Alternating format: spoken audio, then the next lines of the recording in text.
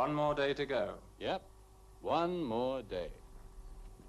Then, back to my favorite planet, Earth.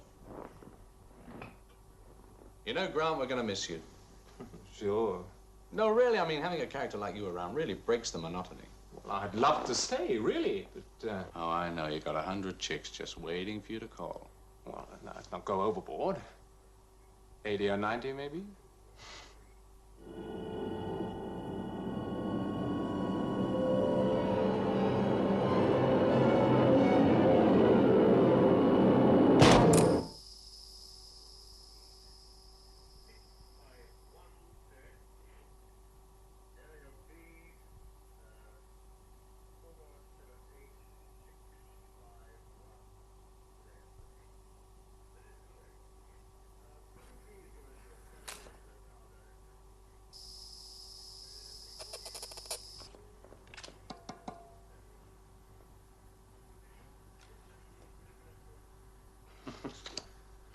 More coffee. Thank you, sir. Hey.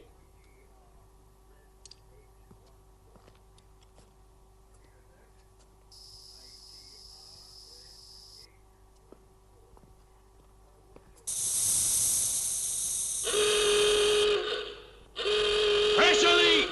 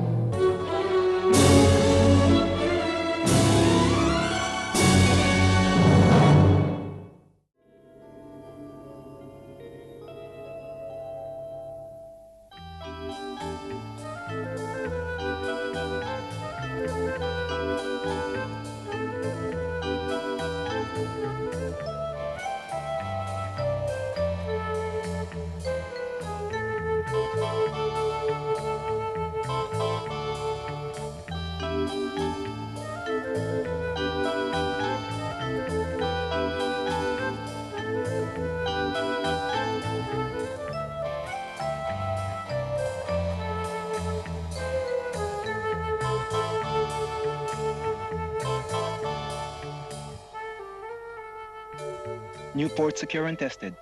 Repressurized.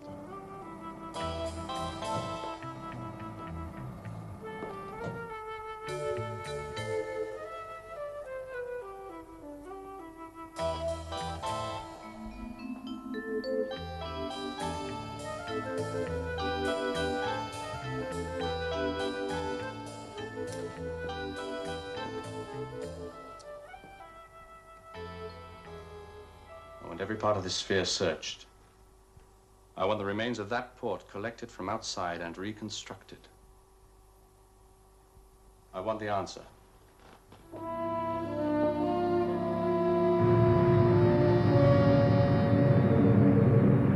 Astronaut William Grant, killed in the line of duty, April the 12th, 1981.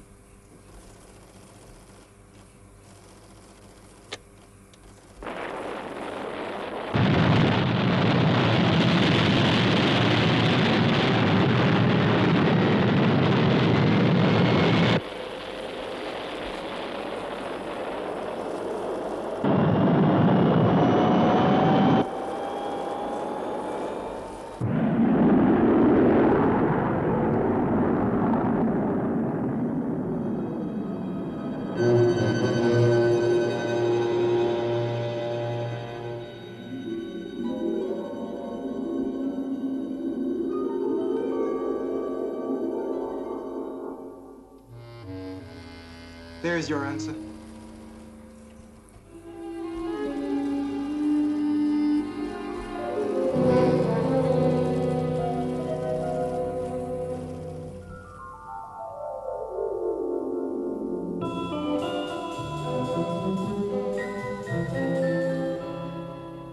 We've calculated that the projectile was fired from a group of rocks about 200 meters from the base.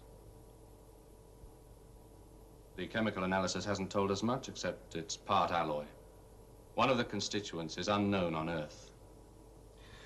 Now, you're saying that a UFO landed on the moon, undetected, and one of its occupants got out and fired this projectile at Moonbase. 3 days ago, a particularly large stream of meteorites played havoc with our tracking system.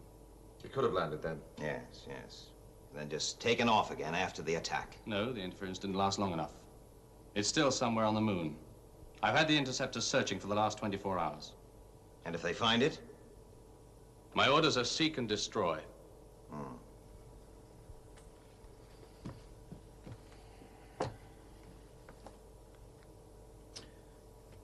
When is the next lunar launch possible?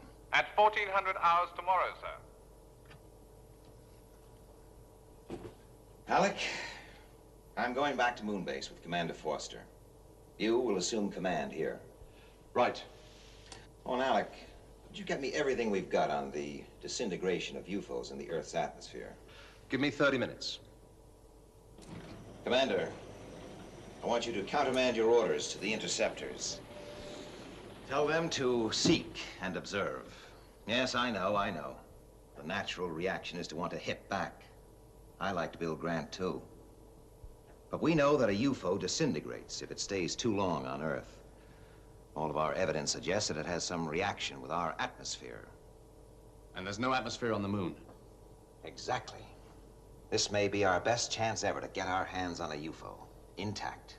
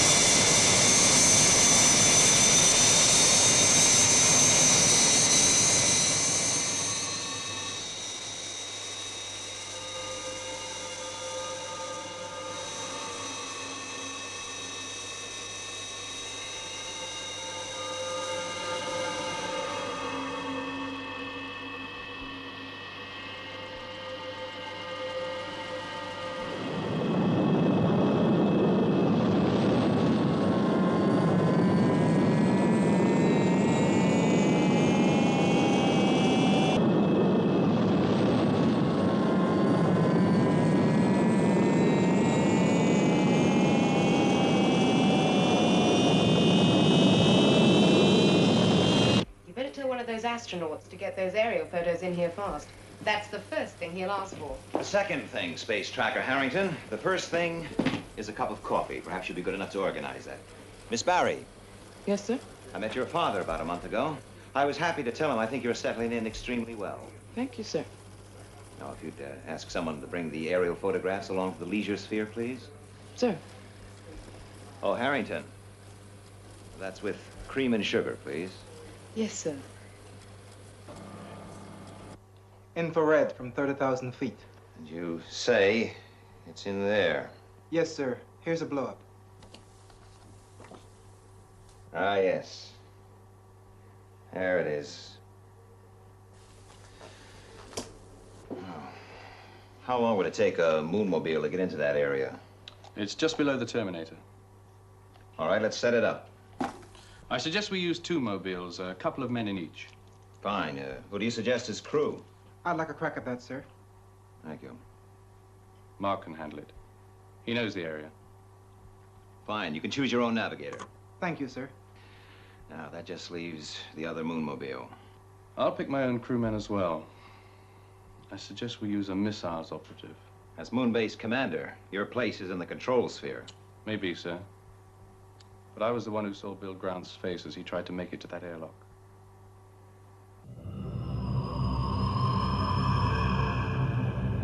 4 to control. 3 miles from Terminator. Roger.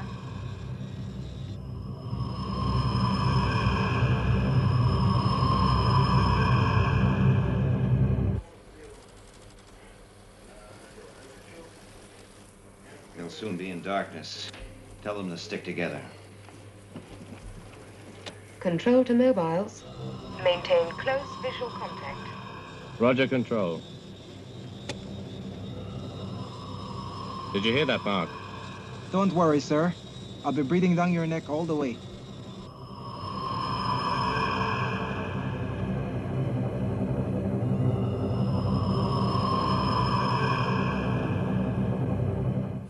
Just under 2 miles from target.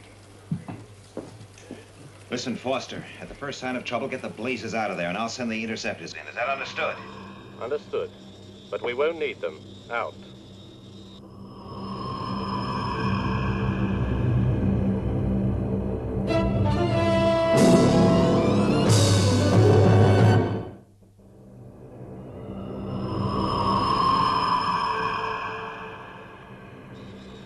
Lights.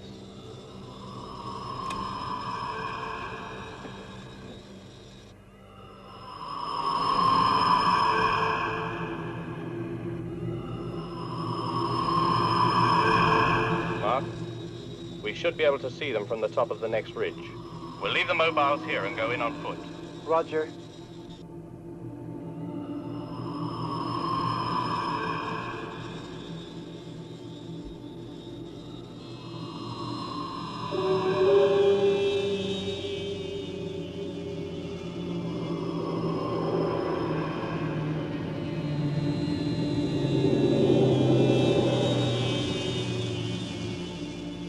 Right, let's go.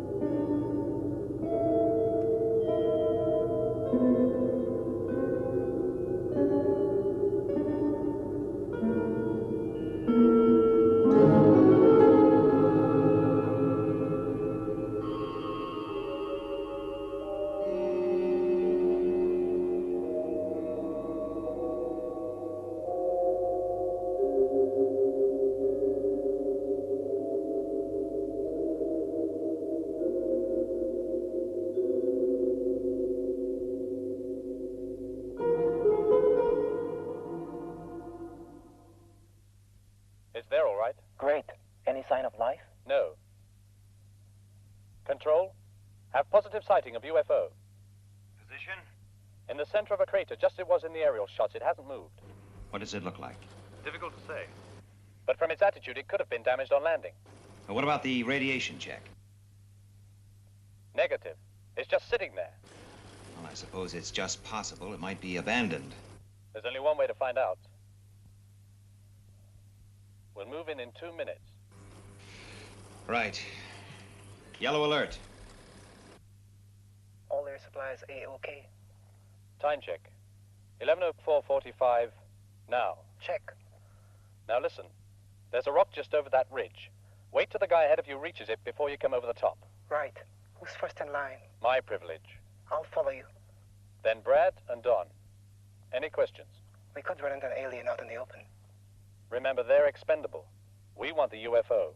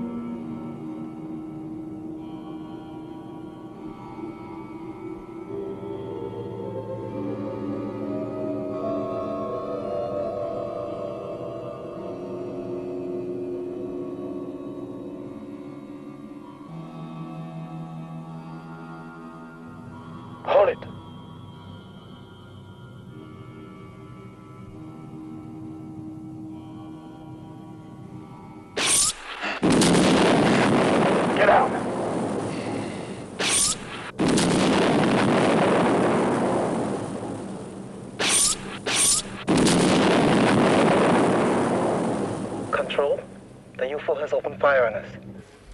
Red alert. Interceptors, immediate launch.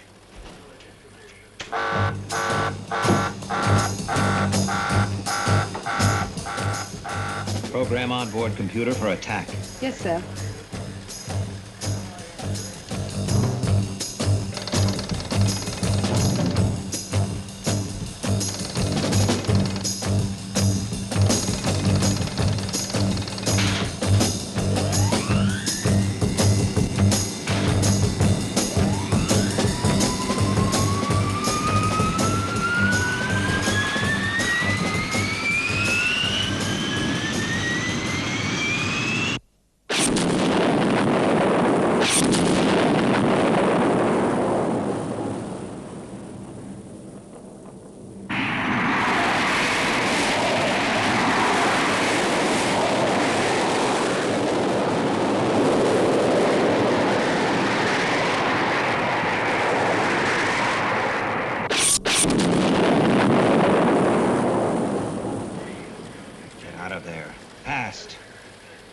Send the interceptors in, but tell them to hold their fire till I give the word.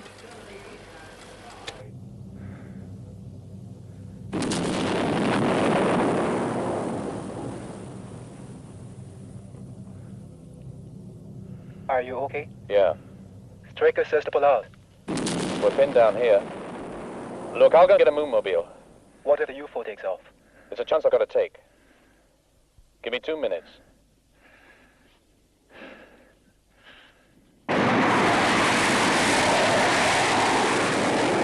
ETA target, 4 minutes. This is Control. How soon will you be clear? Couple of minutes, sir.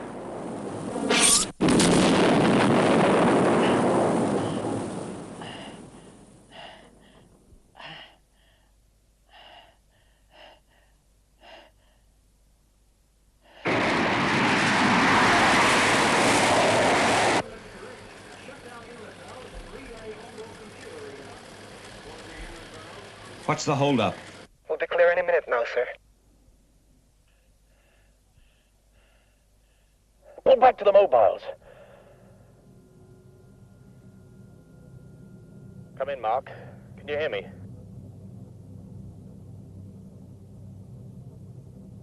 Come in, Mark. Can you hear me? Come in, Mark. Mark!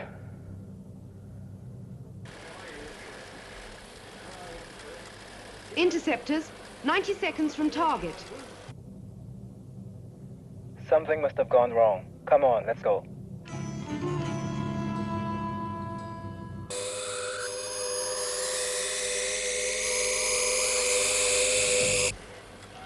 The interceptor leader has visual contact. The UFO is lifting off. Order the attack.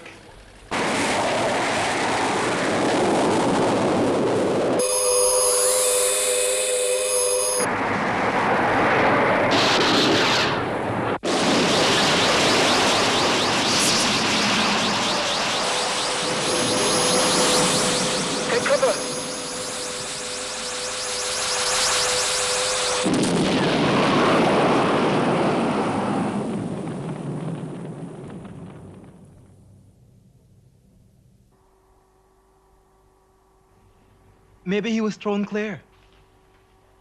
If I thought there was one chance in 10 million. It could happen. Well, you said yourself the moonmobile was totally destroyed. No.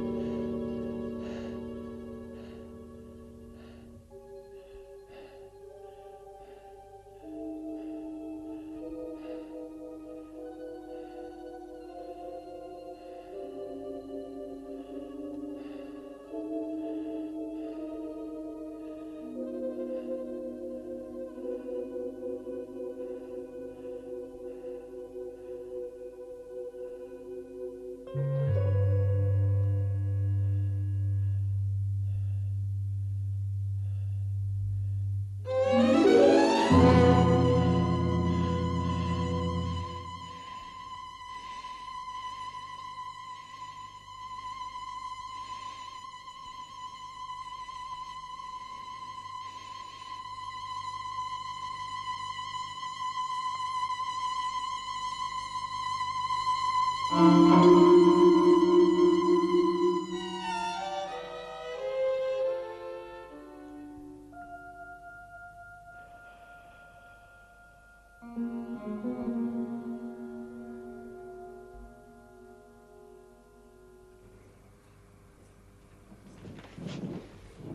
Lieutenant. Relax.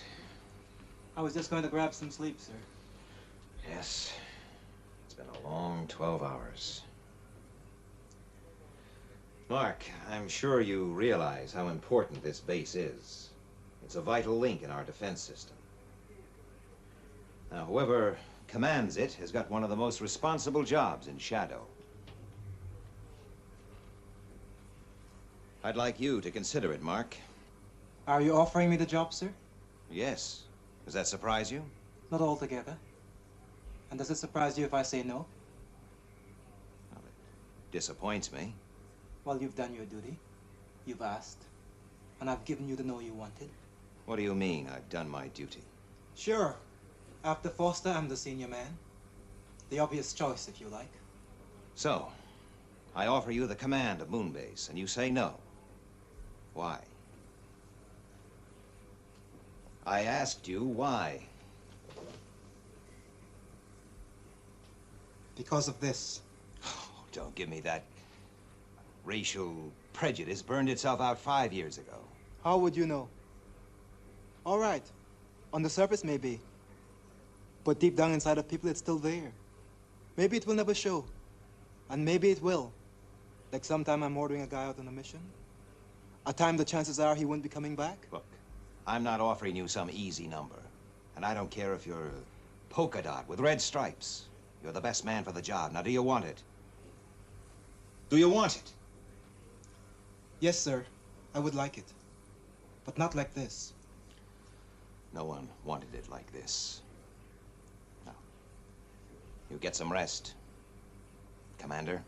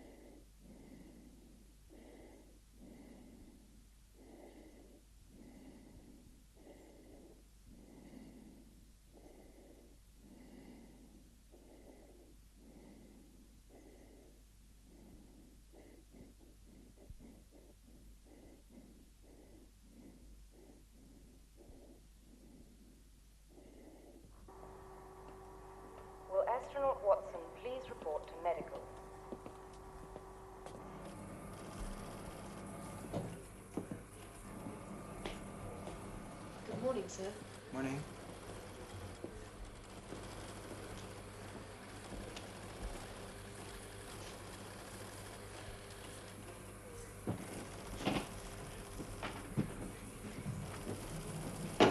I'd just like to say we're glad to have you with us, sir. Thank you very much. This is Control to Moon Mobile 3. Proceed to Area 183 as instructed. Yes, sir.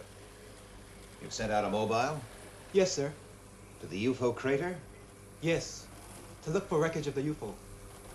I did not know I needed your permission. You don't, Commander. Carry on.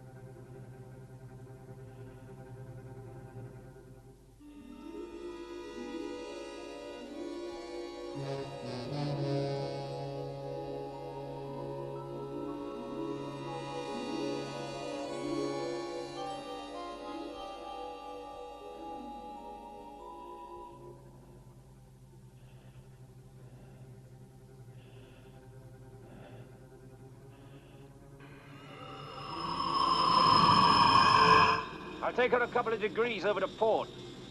There's a back crevasse field about 10 miles on. We'll go round it. Right.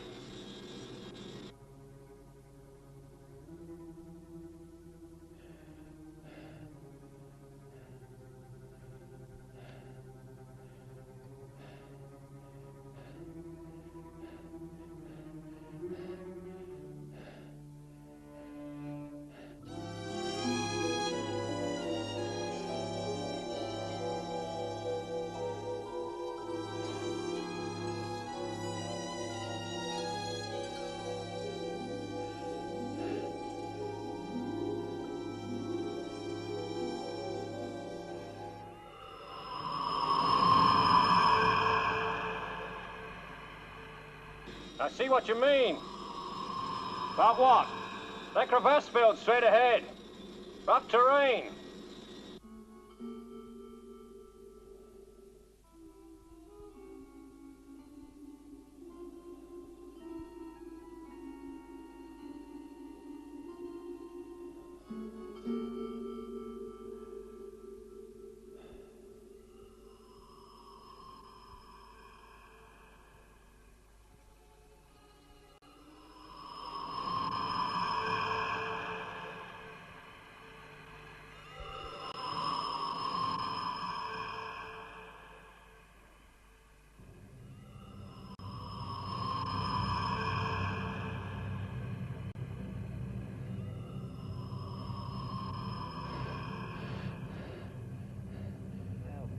Help! Help! Over here! Help! Hold it, sir. Over here!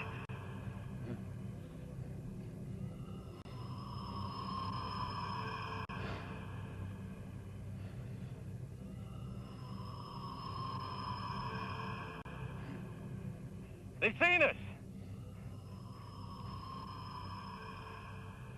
Hey! Hey! Come on, wake up! We're saved! They've seen us! We're okay!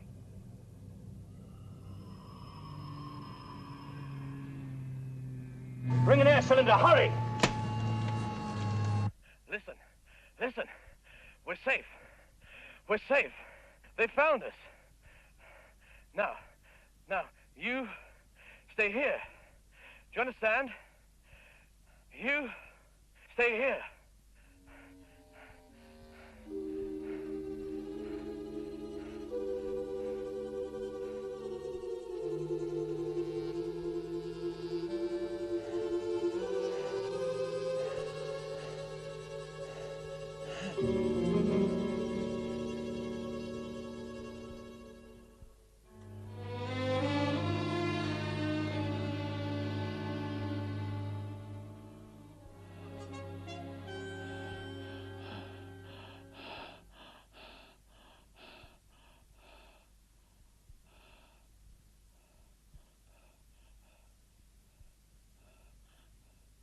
Listen, there's an alien. He's back there. He saved my life. He's a friend. He's trying to say something. Yeah, his radio's US. Can't you hear me, an alien? Okay, Commander, we can't hear you. Right, let's lift him up.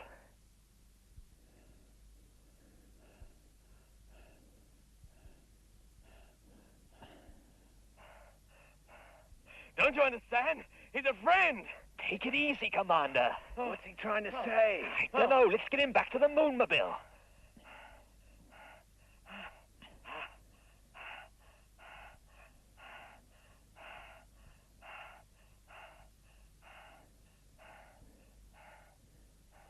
Shall we carry him, sir?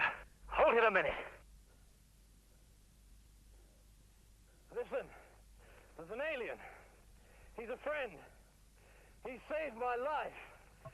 Don't you understand? An alien. Alien?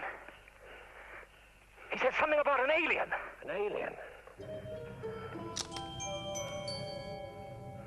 No. No. No.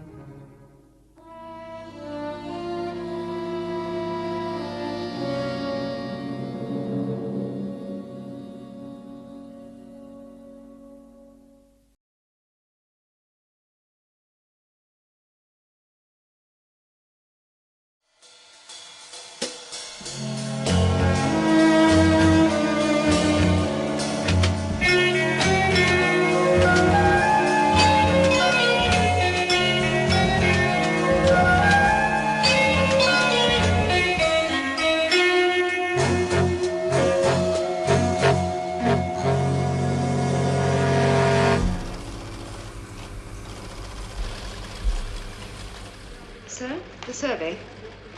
Thank you. Is there anything else? No, that's all.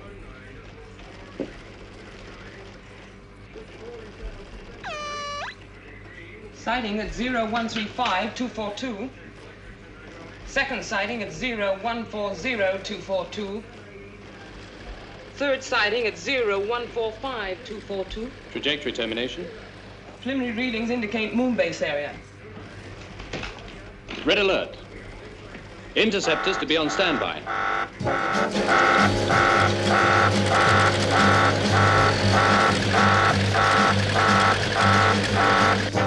Attention all defense systems. This is a maximum Security alert. Attention all defense systems. I say again, this is a maximum security alert. Condition red.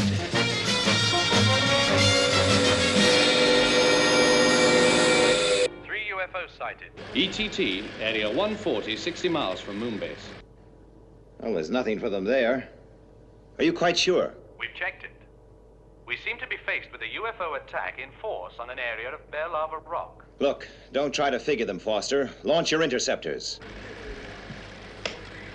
Interceptors immediate launch.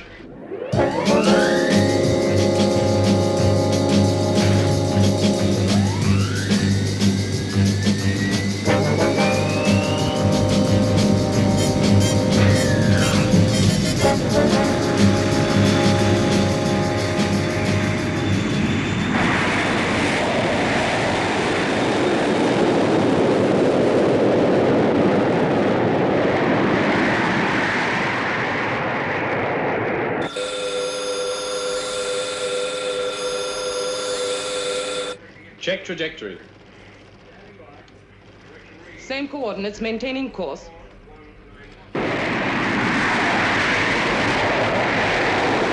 Switch to onboard computer. Roger.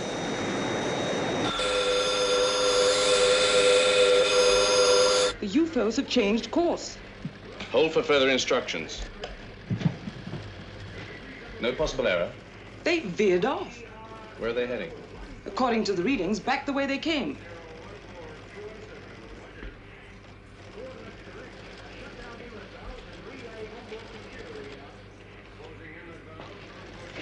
Interceptors return to base.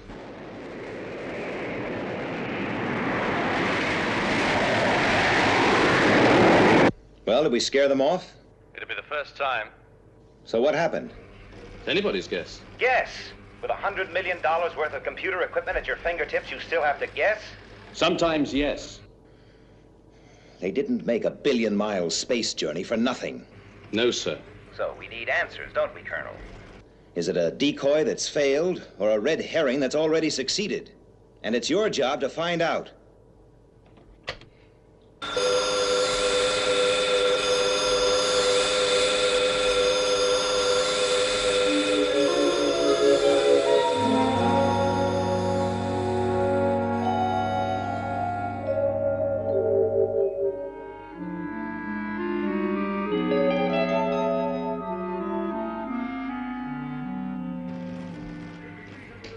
I have a sighting. It's traveling too slowly for a UFO. Meteorite? Looks like it. Definitely a meteorite. With an ETT in area 017213.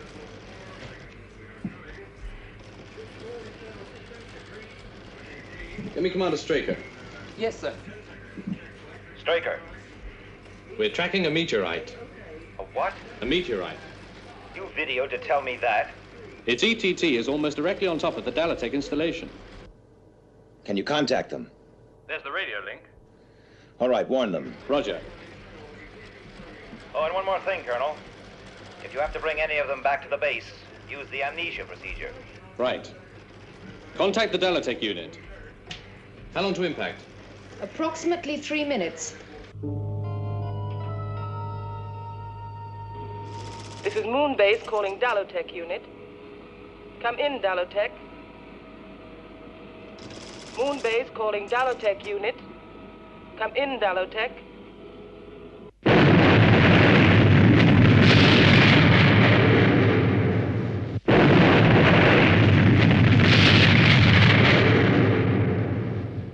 The recorders are all in circuit. Right, and we'll gather all the substrata material we can. The radio link with the geoscanner's okay? Good.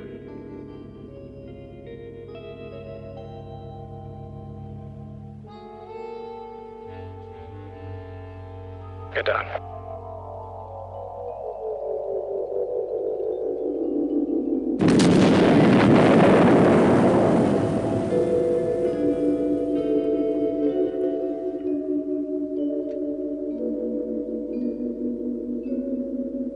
Let's take a look.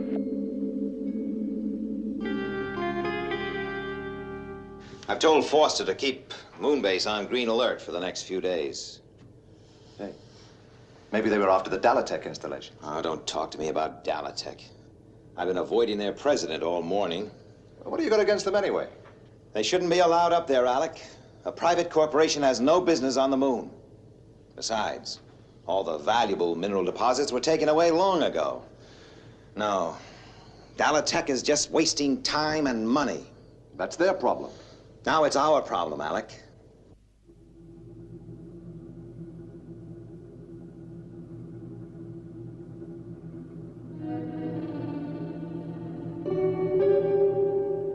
Statistically, that was a 50,000 to 1 shot. Yeah, a meteorite that size would be. I suppose if we finish this session, we'd better go back and check the base. A piece of debris could have punctured the outside pressure skin.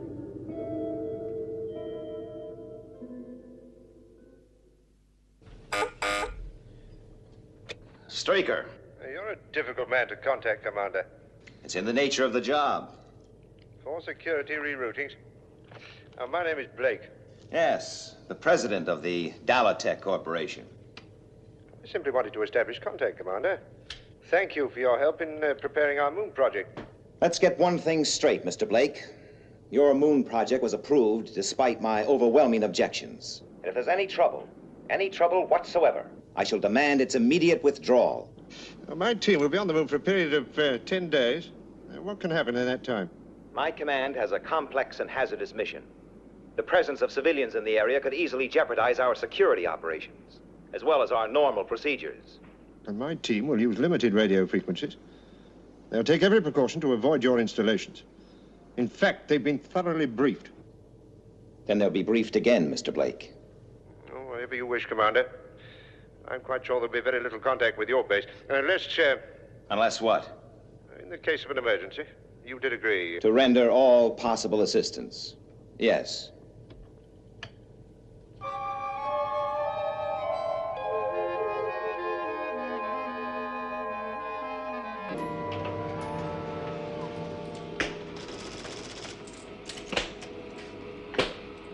Pressure normal on 1.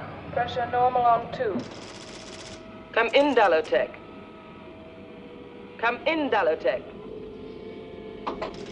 Our friendly neighbors, the military.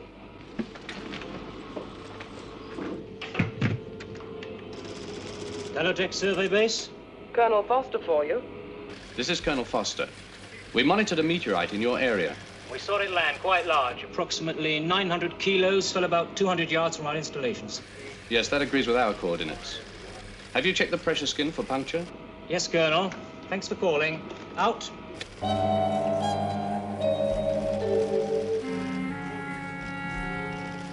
Any damage? No, everything's under control. Good. And will you be finished on schedule? Yes, I think so, provided those meteorites leave us alone. Right. I think that's all. Oh, I talked to Commander Straker about that military installation near you. It's my impression that he's looking for trouble. Make sure you don't give him any. Don't worry, we're keeping right out of their way, playing it strictly to the book. Fine. I'm afraid you have those Dalatech people on your back door for the next 10 days or so, Colonel. We've had no trouble. Just the same, I want you to go over there and make sure they're following the agreed procedure. And don't make it too easy for them. What's happening? What's going on? Loss of signal. Run equipment check. Breakdown in Moonbase video link.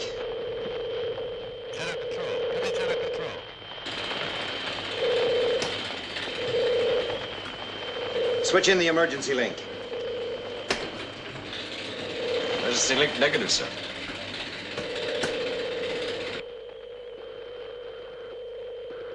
I can assure you, Colonel, solar activity is minimal. You're sure? What else can it be? A fault in the equipment. The checks say no. Look, run a new test series. The solar wind has disrupted communications more than once. It's not responsible this time. Just run the test.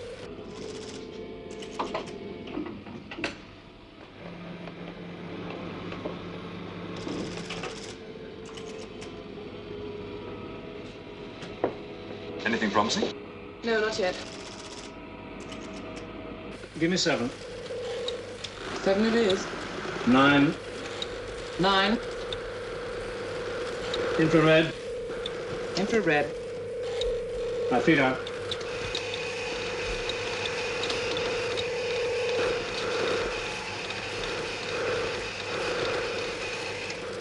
Thank you.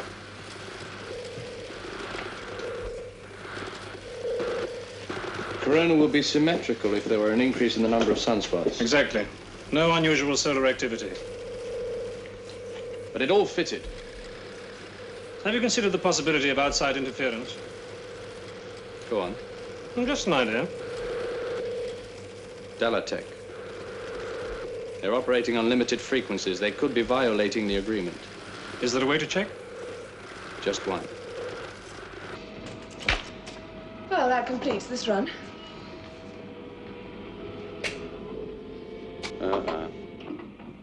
What is it? Trouble? Why else should we receive a visit from the military?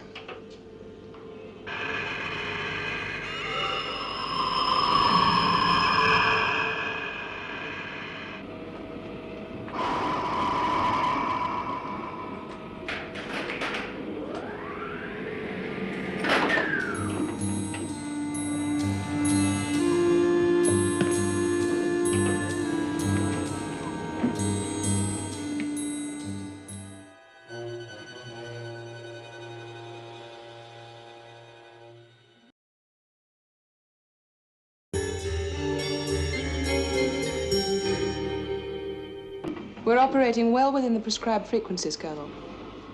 We'll check that, Miss Carson. Colonel, we're open to check at any time. But to switch off the geoscanner means a complete write-off for all our work. We'd have to be persuaded there was adequate reason for so drastic a step. More than adequate reason, Mr. Tanner. Our base radio lost total contact with Earth half an hour ago. An immediate possibility could be increased solar activity. The solar wind? The coronagraph check shows negative. How about a simple radio fault? Do you, check your fuses, Colonel? We've checked everything. And now you want to check us? Can you think of a more logical step?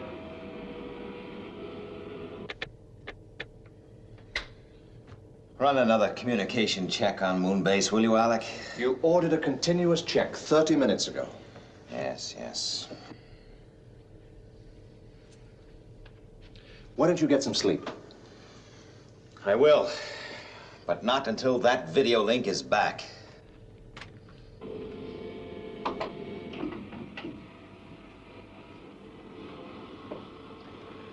Well, you've examined the frequency settings, Colonel. I think they prove that we followed the agreement to the letter. It proves that you haven't intentionally been operating on limited frequencies, but you could have used them inadvertently. Miss Carson is in charge of the geoscanner. She's very experienced. I can imagine. Colonel, exactly how many radio failures have you had? One so far. That doesn't seem too serious. For a military organization, it could be catastrophic. And you're absolutely convinced that we're to blame? It seemed the logical conclusion. Well, I'm glad we've been able to change your mind. So am I. Except now it means I'm back at square one. Well, you'll have to excuse me, Colonel. I have the seismic meters to service. But I'll leave you in Miss Carson's capable hands. If you have any questions, please ask her. Au revoir, Colonel.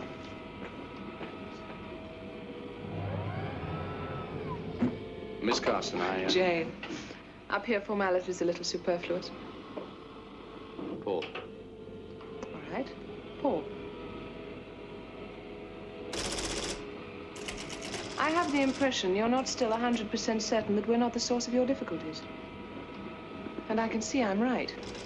And I suppose next time there's a radio blackout, we're going to get the blame.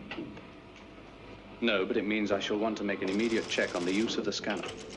With a complete radio failure, how can you? We're 50 kilometers away. We'll install a landline between here and Moonbase. That way we'll always have a direct link. And?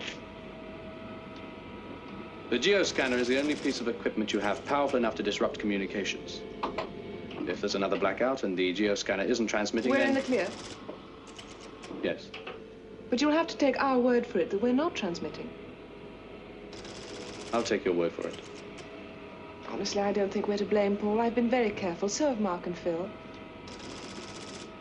Well, we'll install the landline immediately. I'll wait for your first call.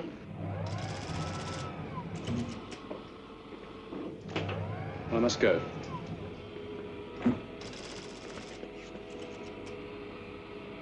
Have you seen all you want? Yeah, I think I've seen about everything. And are you satisfied? Very.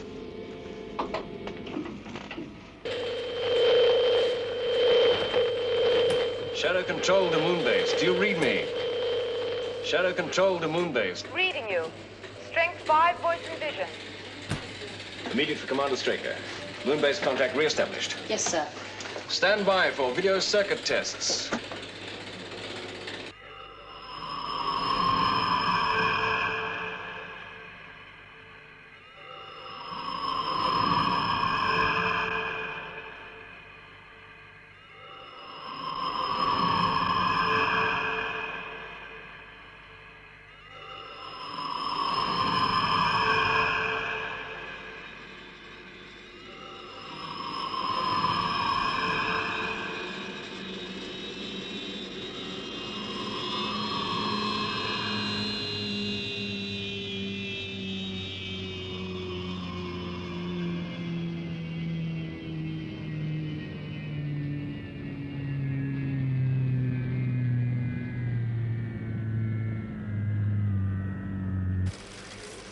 Landline installation complete, sir. Right.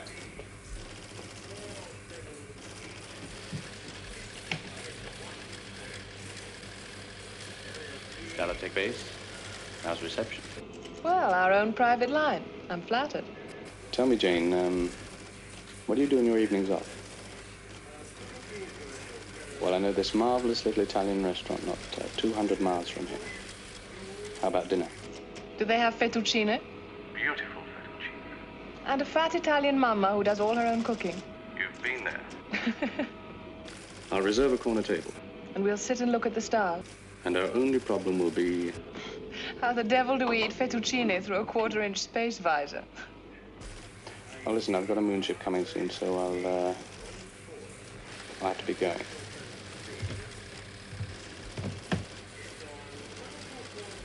Do we have it on positive track? Yes, sir.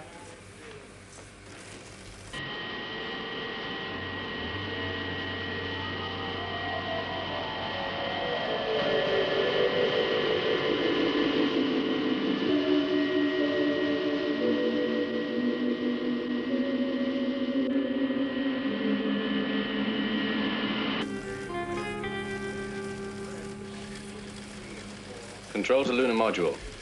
Switch to computer control for landing. Roger.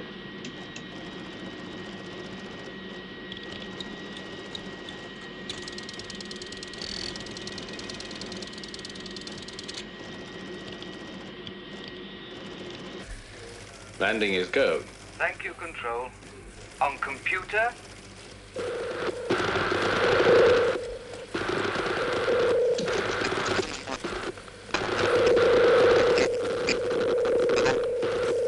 Do we still have them?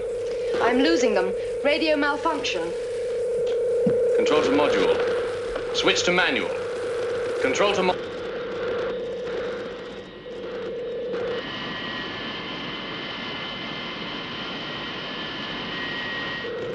This is Lunar module.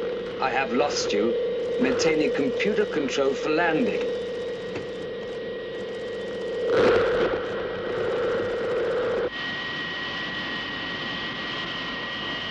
Switch to manual. We have radio blackout. This is Lunar module. I repeat, Lunar module. I have lost you.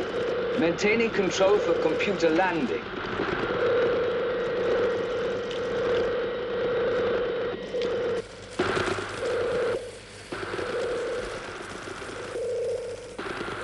Complete computer shutdown.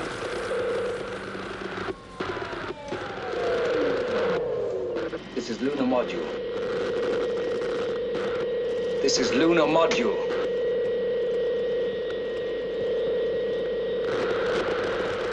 This is Lunar module. Switching back to manual control.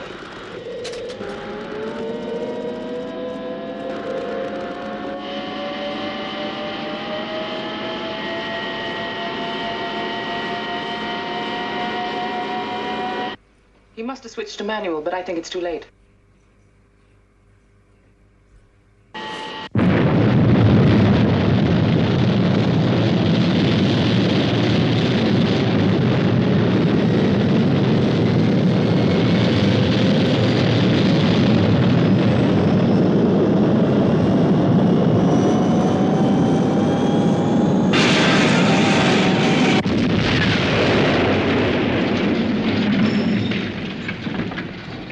Get a rescue team out there.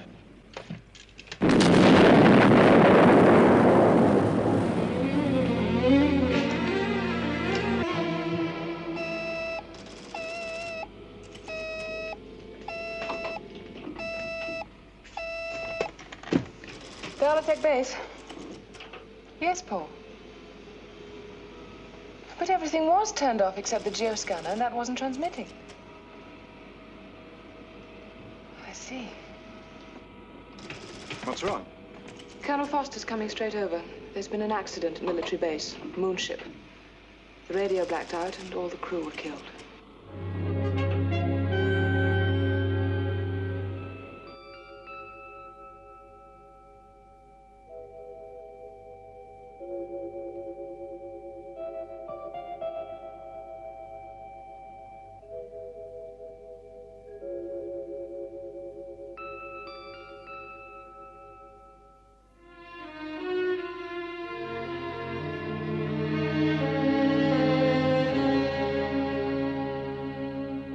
I say you're responsible. I understand how you feel, Colonel, but you're wrong. I made the mistake of believing that last time. And what do you intend to do about it? End your operation. But you can't mean that. Look, who do you think you are? You don't have the authority. I do mean it. And I do have the authority. But the project's almost completed. I have no alternative, I'm sorry. Remove the circuits. Don't touch the equipment. This is private property. Colonel, I can't allow this. Those circuits are irreplaceable. Exactly. I'd like to speak to your commanding officer. There isn't the time. And it wouldn't matter anyway. The circuits come out. Put them in the Moonmobile. You haven't heard the last of this. Maybe. But we've heard the last of that.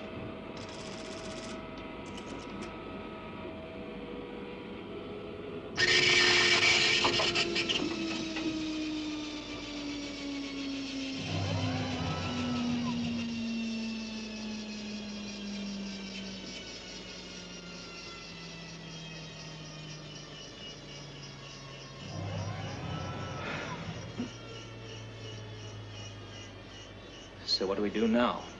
What can we do? Carry on as best we can until we receive further instructions from Blake. In the meantime, we can go out and collect our equipment from the surface. Fine. Phil, you take the area we worked on yesterday. Jane, you go with him. And I'll do the section by the new crater. Okay?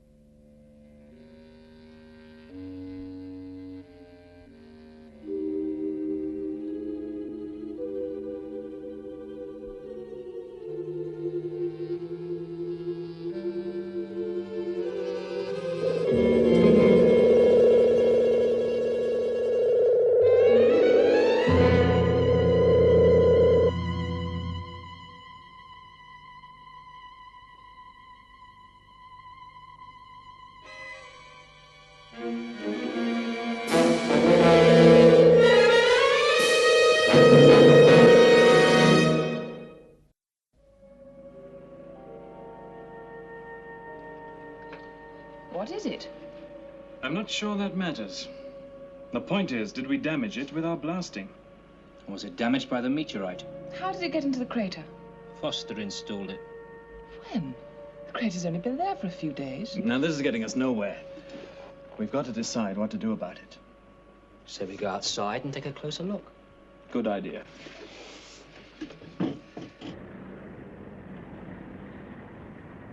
The decision was taken by the commander on the spot. I support that decision. The Astrophysical Commission may have other ideas after I finish talking to them. Well, that's your prerogative, Mr. Blake. Meanwhile, Dalotech does what it's told. Well, you'll be hearing from me.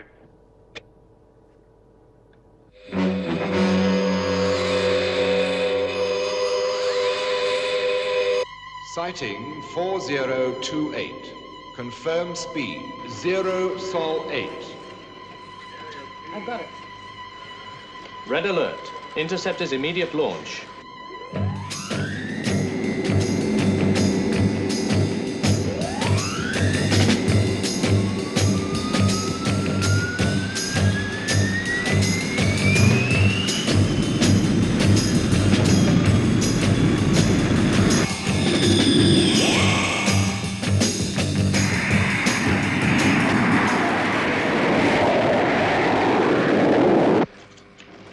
We've picked up a UFO. Give me the trajectory coordinates.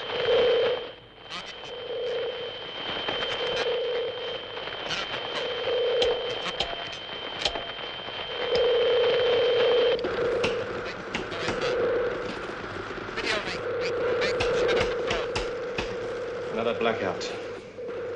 Try and reset. Anything? Nothing.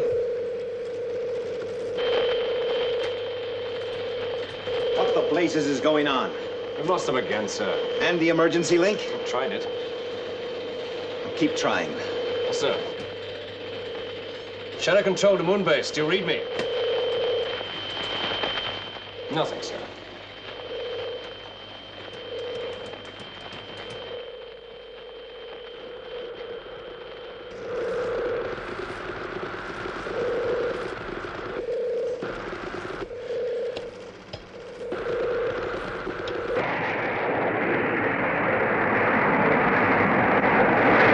Reed, we must get that tracker working. I'll do my best, if I can find the source of the trouble.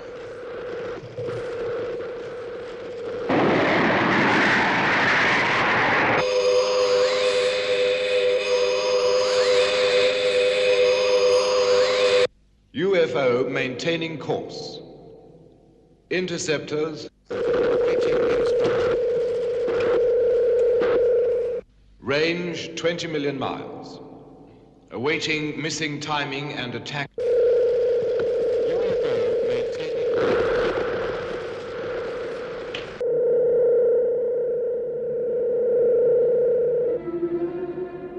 Let's go back.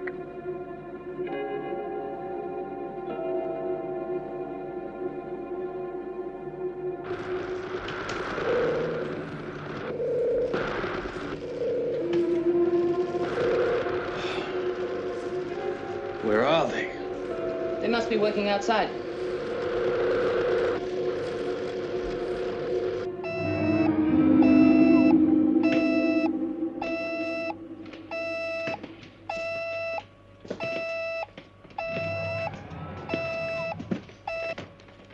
Dalotech. Another radio failure. Yes. Both our bases are in imminent danger. Get me Tanner. Colonel Forster. Hello, Colonel. We were just about to call you. You know that installation of yours in that new crater? What installation? Crater 236? Well, if there's an installation there, Tanner, it doesn't belong to us.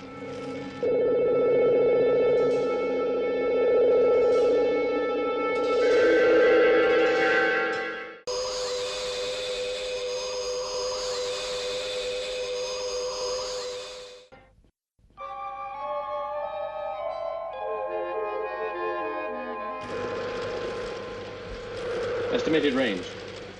Approximately 2.2. 5 minutes from the last known trajectory termination. Estimated target proximity of Moonmobile? 1 minute 50.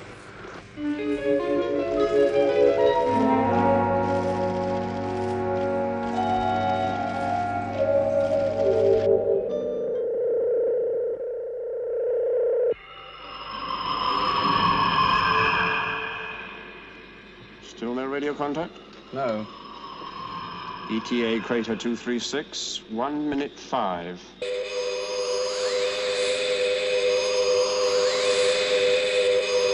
Range 10 million miles. The position is becoming only too clear, Lieutenant. Just as we hear that Moonbase is under attack from a UFO, radio contact is lost. Now, something is jamming the signal. I believe the cause is some sort of alien device in Crater 236. It was sent in using an orbit that would make us think that it was a meteorite.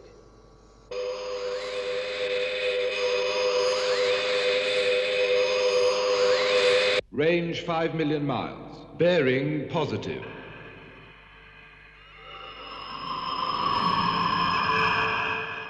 Do we go on without confirmation? Our orders are to go straight in and destroy the installation. What about the Delatech base? It's pretty close by. I assume Colonel Foster's thought of that.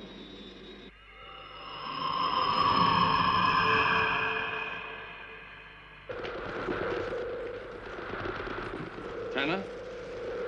90 seconds. No time for details, but I'm confirming we're going to detonate in Crater 236. Be prepared for an explosive decompression. Good luck. All right, get your helmet on. I still say Foster's up to something. We've got no choice. Come on,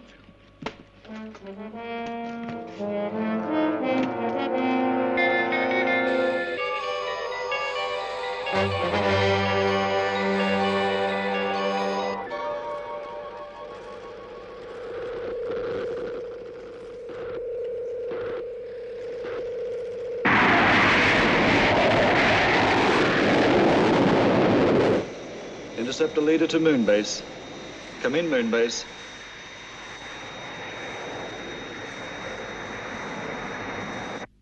The interceptors are in position, awaiting timing and attack data.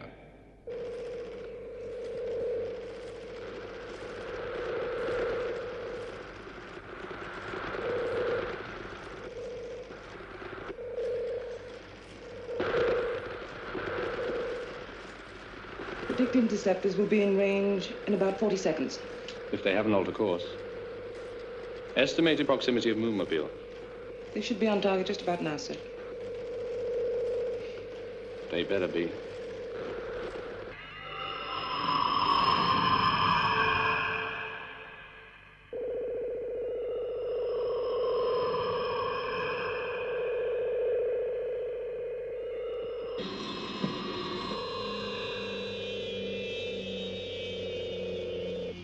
Okay, range on target.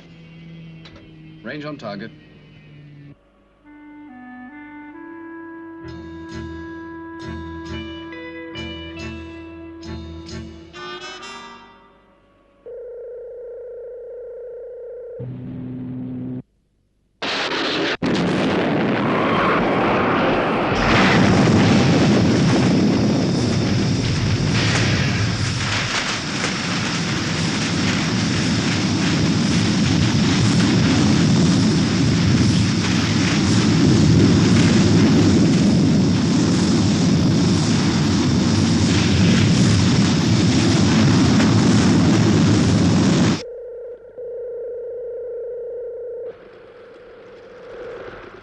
Coming through.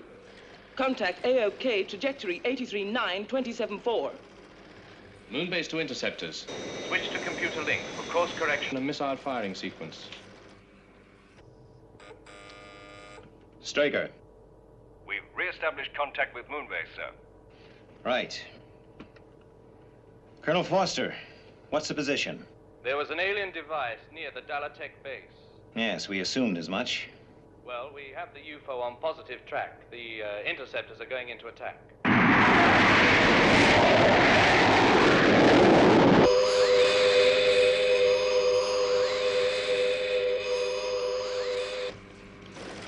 Missile launch, -8.5.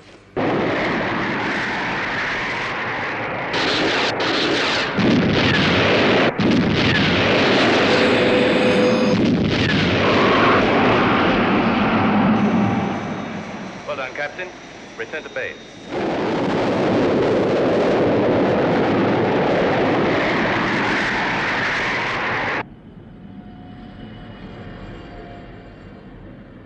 And how are the Delatech personnel? Well, they were shaken up a bit at first, but they're fine now. The Moonmobile is bringing them back to Moonbase. Right. You'll have to use the amnesia procedure. I'll take care of it. Out.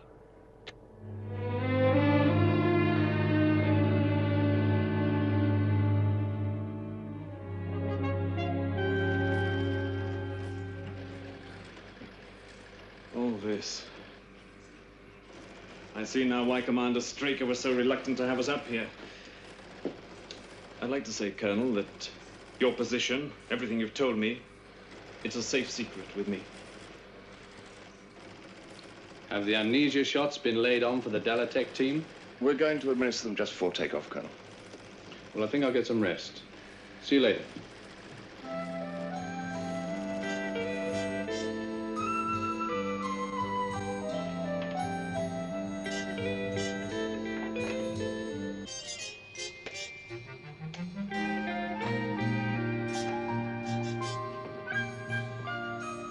Hello, Paul. Hi. I wondered why they brought 2 coffee cups. How do you feel? Fine. Can I get you anything? No. Paul, I wanted to apologize. For what? All the trouble we caused you losing that lunar module. Come and sit down. Look, it wasn't your fault. There wasn't anything we could have done. But it would have happened anyway. It was inevitable. We never did eat that fettuccine. We will. But when you've forgotten about this, Forgotten? the amnesia shots, that there's nothing to worry about.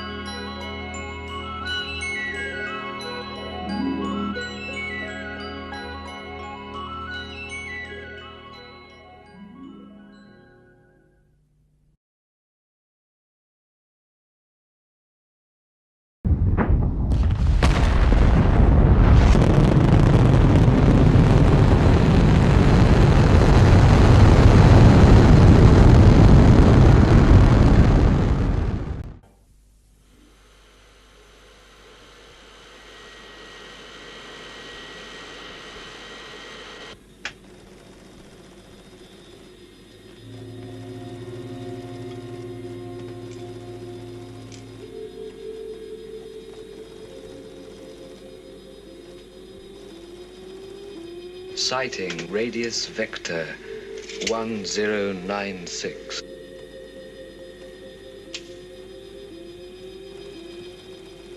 Alter course 4.31 degrees.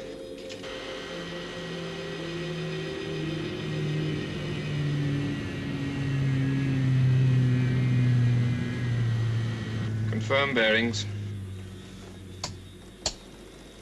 109.6. Orbital altitude 306.2 miles. Vostok 2 launched June 1365. Fire limpet.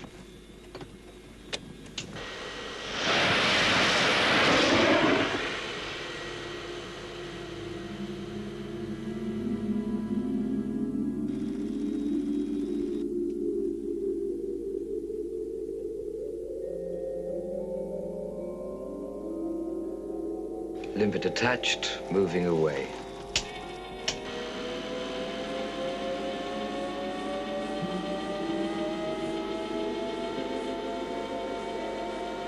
Stand by.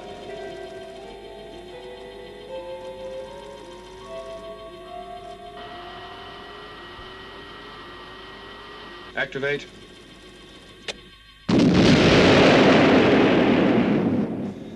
Positive, sir. Resume course.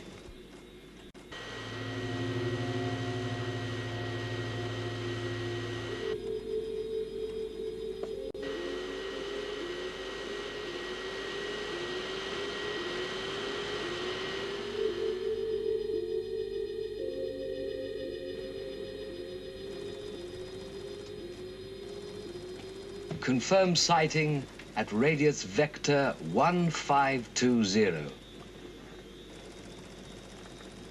There she is. Position and data correct. Log and resume course.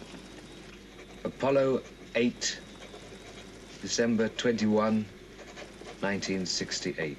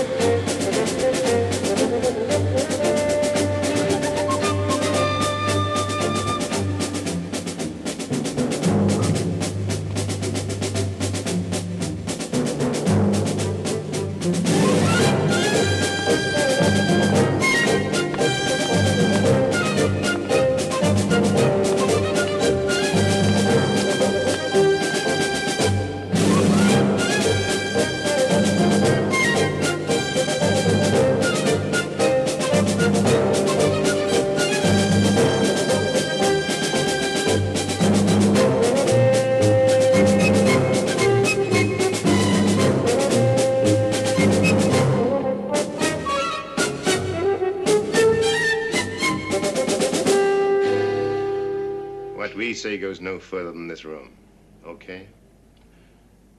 So let's get down to the infighting. You have been a thorn in my side for years, Straker. Consistently excessive demands for the diversion of resources to your organization. Now you're saying a total clearance program. Right. And I'm saying, while I'm running this commission, I'll fight you on this issue every inch of the way.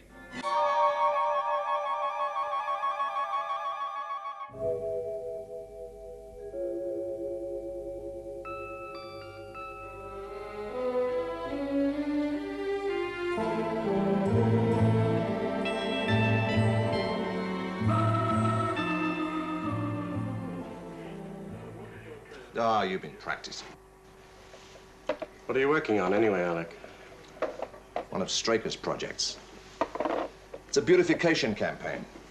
Well, I won't deny you could use it. Space junk. Straker wants it all cleared. Well, the Astrophysical Commission takes care of any space junk. Anything with hazard potential. Straker has an idea it could be used by the aliens to crack our defense system. I'm beginning to think he may be onto something. Well, if your report shows it's a possibility, the junk gets cleared. So what's the problem? James L. Henderson is the problem. Cost, time, personnel, resources. You want reasons. Why not? I can give you 100. Listen, Henderson. Every item of space junk could be cleared in a matter of weeks, if the Commission gave its full support. As for the cost, I admit it would be high, but safety factors alone would justify it. Safety factors? Yes. My organization uses space more than any other. My pilots take more risks with that junk in 1 month than my men do in a year. No, we need facts, Straker. Details, statistics. You just don't have them. Don't I? Of course you don't. I have my report. Your report. You promised that the Commission would not take a final decision on the clearance program until my report had been fully considered. And so it won't. However, I must confess I don't think it'll have that much influence. Well, if that's so, Henderson, it must be because you've already swung the Commission against it. Look, Straker, we've just completed the annual clearance of all items of space junk we consider a menace to navigation. The cost was more than double that of last year's operation. And worth every penny. You realize what a full clearance program would cost? Look, I'm not going to swap dollar signs with you, Henderson. Men's lives are at stake. Now, I want that junk cleared. Every last piece.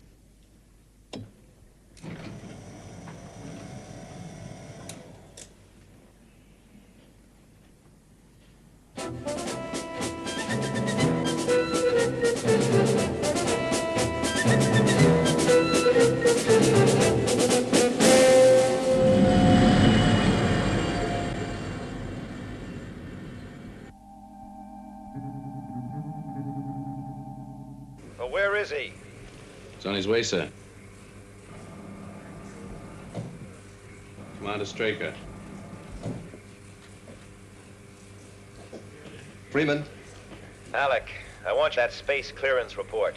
Well, he just got here, and there's data still missing. I don't care what's missing. Looks like Henderson's commission have already decided against a major space clearance project. We have to convince them otherwise. Well, give me 24 hours. It can't make any difference to you, but it could make a heck of a difference to the report. I want that report, Alec. I don't care what shape it's in, just get it back here.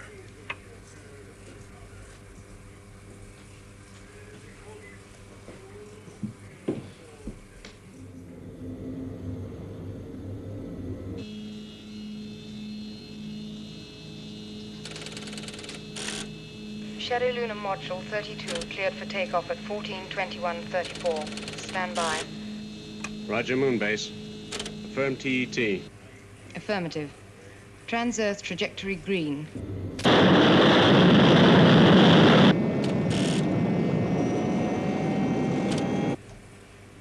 Lift off 32.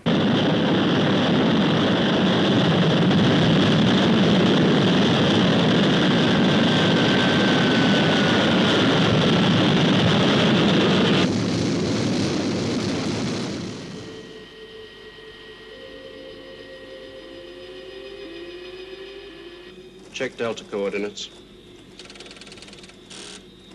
Coordinates correct, sir. Earth orbit insertion, 2 hours, 13 minutes, 8 seconds, sir. Right.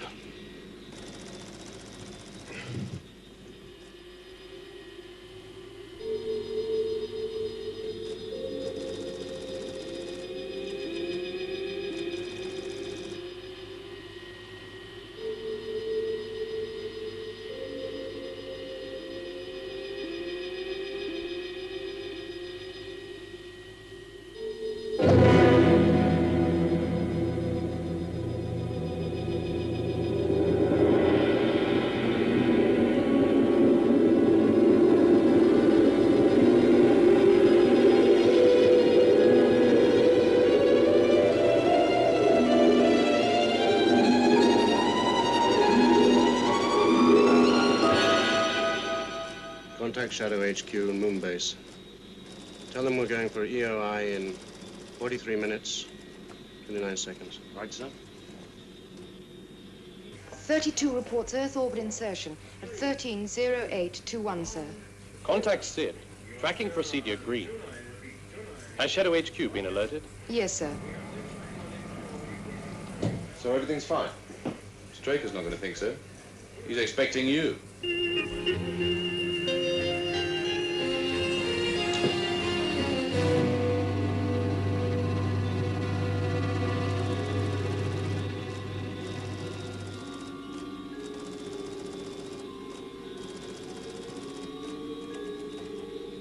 Re-entry angle, 6.58 degrees. EOI, 4 minutes, 12 seconds.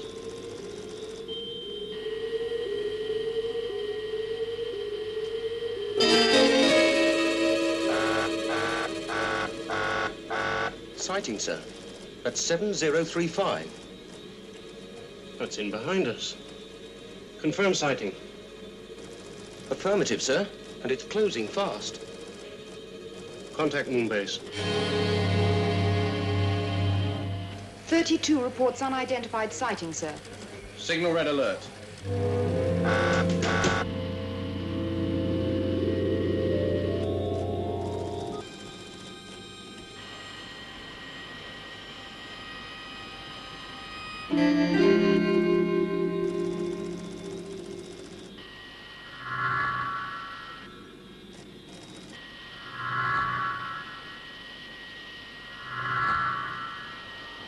What's happening?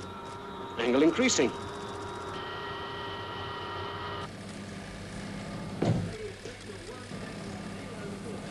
His angle of re-entry is too steep. Turning to correct angle of re-entry. Loss of signal, sir. Still increasing. Something's pulling us off course.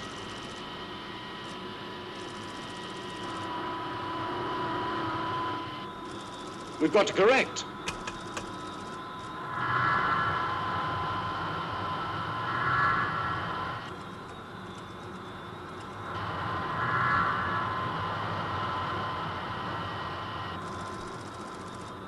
Pitch actuator, 1.3, burn. Earth orbit insertion now.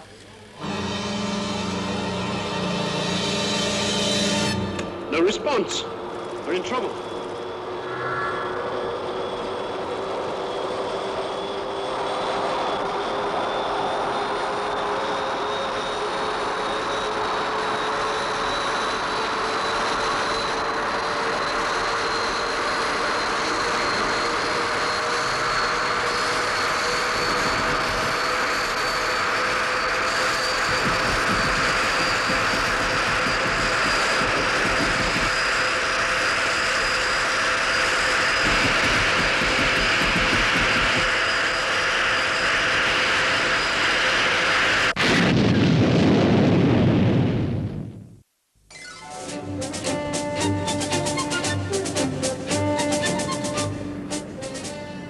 Look, Henderson, all I need is another 48 hours.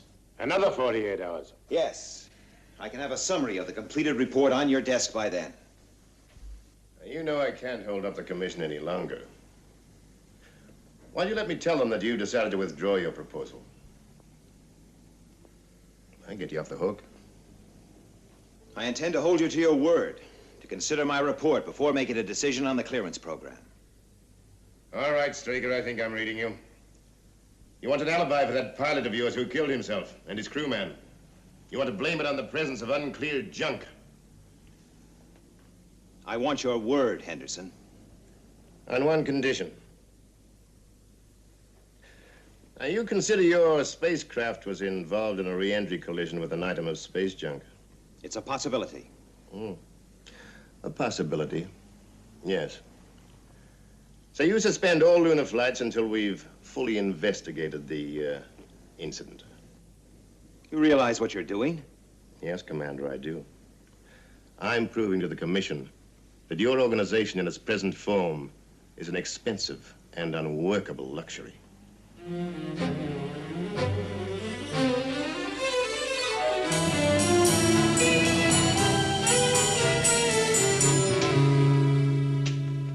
Miss Eland. Hard at it? I'm always hard at it. Sometimes you notice. How did it go, sir? Go? You know the code word Washington Square, Miss Eland? Well, not without looking it up. It's not one we use regularly. It's one I thought we'd never use. Well, what does it mean, sir? It means shutdown. Cancel lunar flights. Virtual isolation of Moonbase.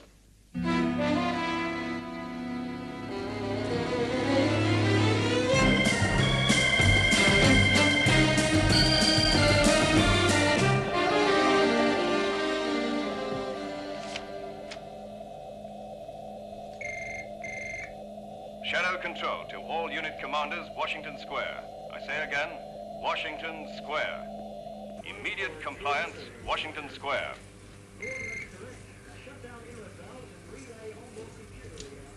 Colonel Foster, sorry to disturb you, sir. Code message from Shadow. Washington Square. I'll check it right away. There's no need. It means shutdown. What? More specifically, it involves a complete ban on all orbital flights.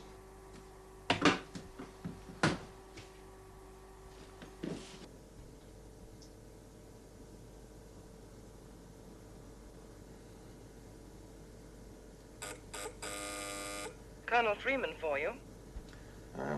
Put him on. Why the ban on moon flights? Henderson. But why? What about the report? Forget it. The Commission are going to believe that it's an attempt to blame space junk on the Maddox crash. When in fact you think it was... Maddox. Pilot error. Take a rest. Enjoy the scenery, Alec.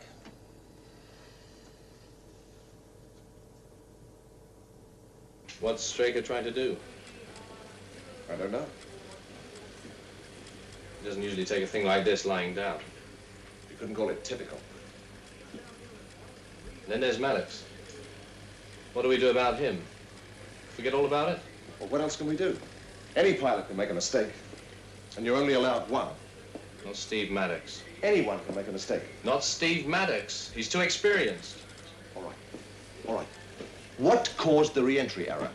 He reported an unidentified sighting just before loss of signal. But the trackers couldn't pick up anything. Well, it must have been something. Space debris.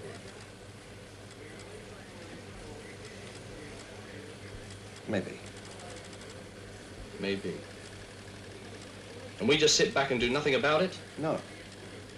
We make sure it doesn't happen again.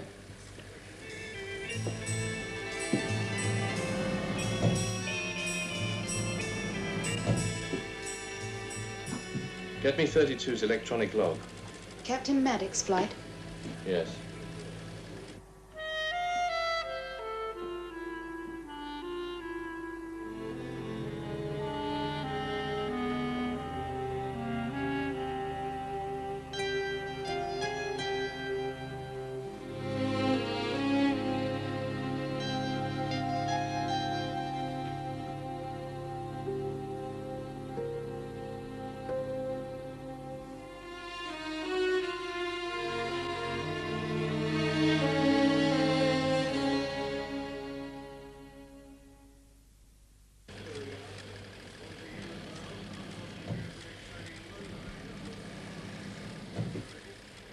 What's going on here?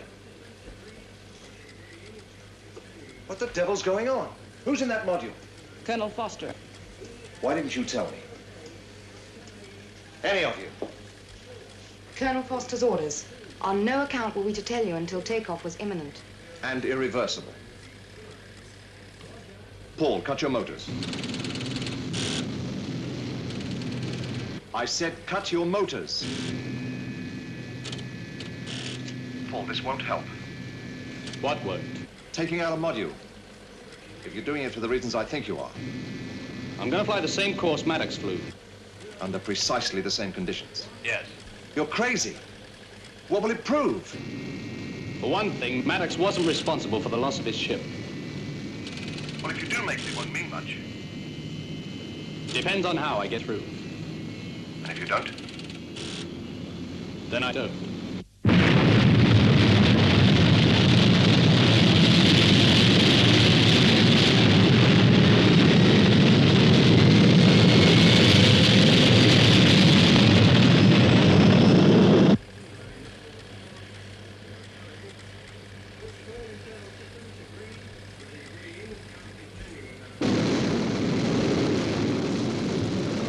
Roger. 3. Roger.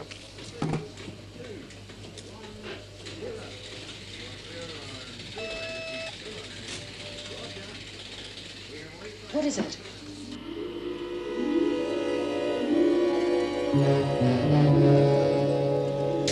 Two-9 calling Moonbase. Everything under control? So far. EOI in 2 hours, 38 minutes, 22 seconds. Roger. Have you contacted Straker yet? No. I have a feeling he'll be contacting me soon. Sighting at galactic latitude 43.17. Longitude 14.53. But that's Moonbase operations area. Right, call Commander Straker.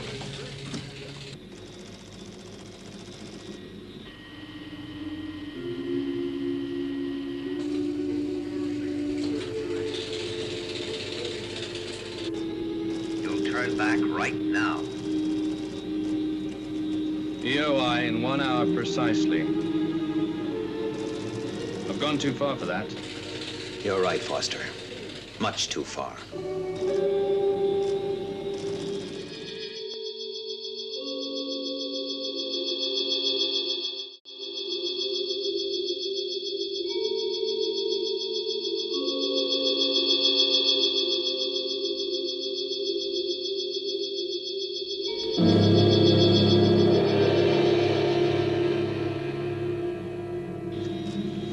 Module 29 to Moonbase. Go ahead, 29. Re-entry in 6 minutes, 9 seconds. Roger.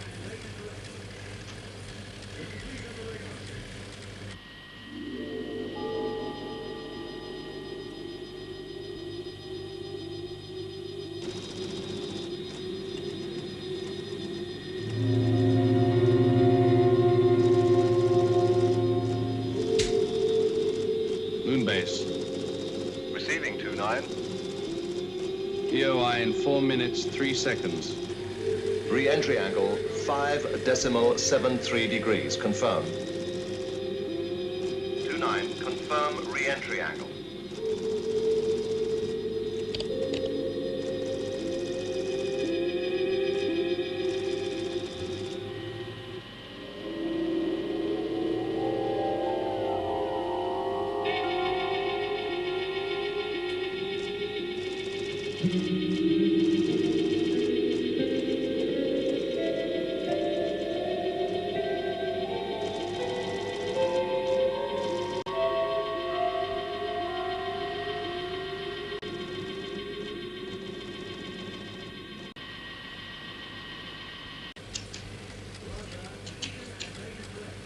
Stay on 29.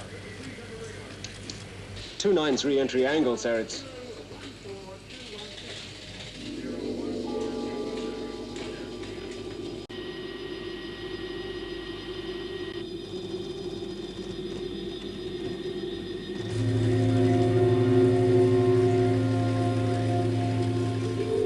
Paul, adjust re-entry angle. Cut back to 5.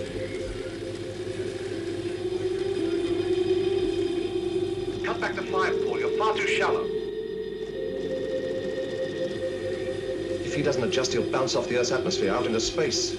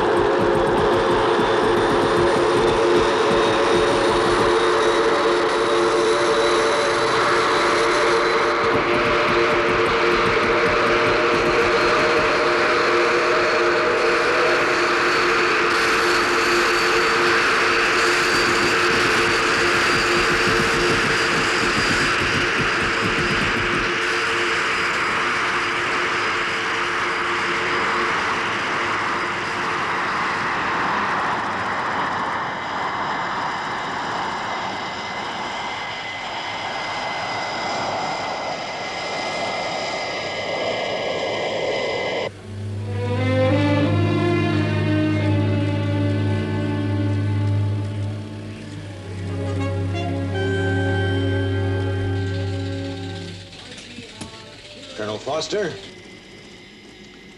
Foster here, I'm happy to say. Congratulations. But don't let my delight at your survival blind you to the fact that we have a few matters to discuss.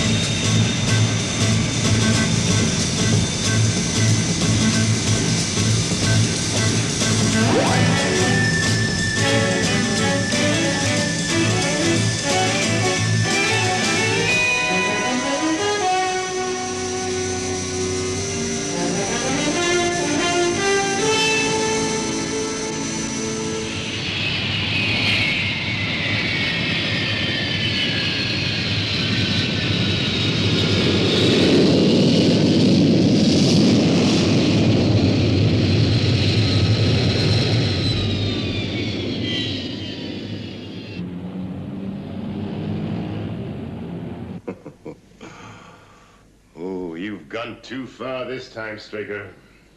I don't see it that way. You authorize a lunar flight? I authorize nothing. Look, Straker, I don't want to argue with you. You are responsible, whatever the circumstances. I agree. But Colonel Foster has proved that there is alien interference with our interorbital flights. Has he? Yes. And I almost got killed doing it. So you say? Yes, I say!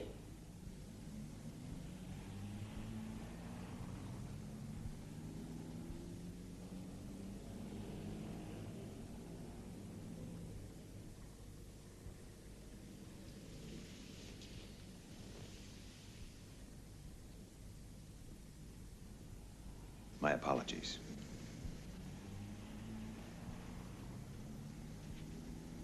Thank you. I think it's time we laid our cards on the table, Henderson. All right. I'll tell you what I think of Colonel Foster's so-called proof. You knew the Commission was going to turn down your space junk clearance program. So you instructed Foster to make this flight. Now, why should I do that? Because you were desperate for evidence. Go on. You authorized the flight to rig this information, but you won't get away with it. The Commission convenes the day after tomorrow. By the time I get through, you'll be out of a job. Is that all? I'll see you at the Commission meeting.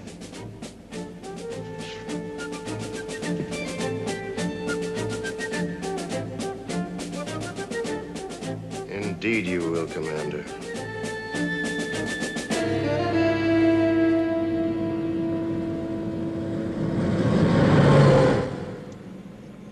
Can he really do it? Do what? Ease you out. Can try. What about our evidence? They've got to take notice of that. Evidence. What's it going to look like when Henderson claims that we manufactured it just to get a space clearance program? But we're right. Well, sometimes, Colonel, that's not quite enough.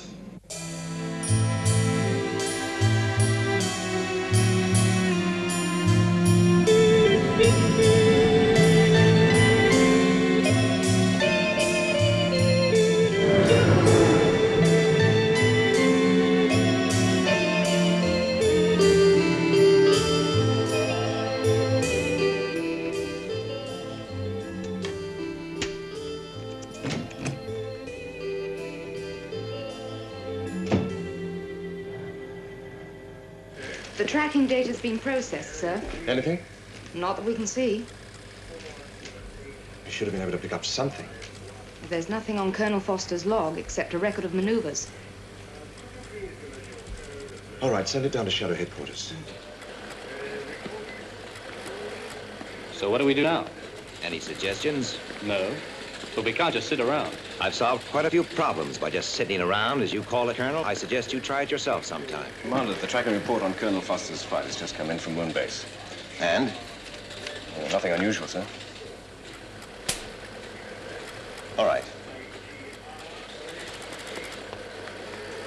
So that leaves the MV3 detector. Yes, they're processing the data now. Well, we haven't had much luck so far. Maybe we're due for a break.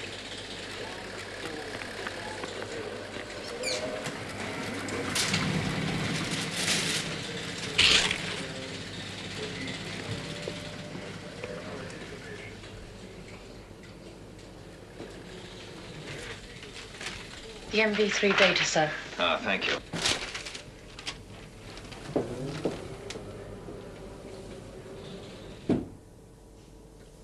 Looks like an SPS rocket of some sort. Like the limpet rockets used in debris destruction. Yeah. But it doesn't make sense. I mean, why would the aliens put a device like this into Earth orbit? Could be programmed to attack moonship flights. Blockade on Moonbase? Maybe. Why hasn't our radar picked it up? Space debris. It's based in one of those burnt-out rockets over there. Well, assuming you're right, which one could it be? Well, considering Maddox and I flew practically identical flight paths, it would have to be one of these two here, or Apollo 8 here, or B-47. 4 possibilities. I think we're onto something.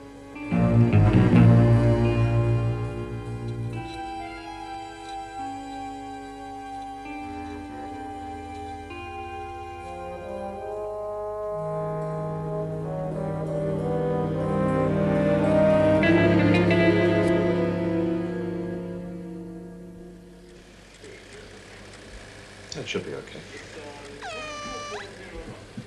Freeman. Alec, I have an assignment for you. I want you to launch the interceptors. Your mission? To destroy 4 pieces of space junk. I'll have control relay the coordinates direct to the astronauts. You mean space junk in Earth orbit? Right. And I mean use all 3 interceptors. All 3? Yes, I know. It'll leave Moonbase undefended. Nevertheless, do it, Alec. At once.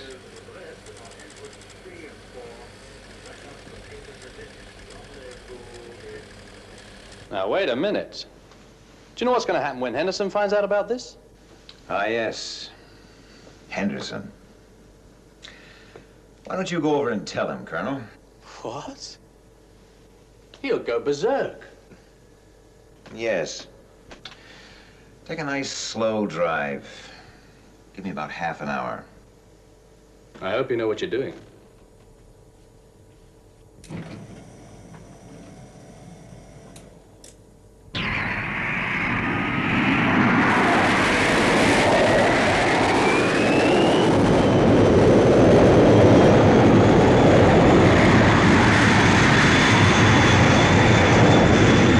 Control to interceptor leader. Steer programmed course to Earth orbit.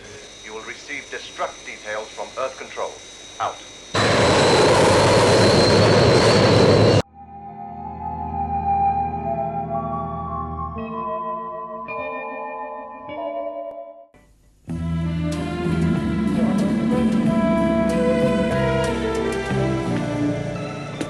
Miss Eland, when James Henderson calls, tell him I'm unavailable.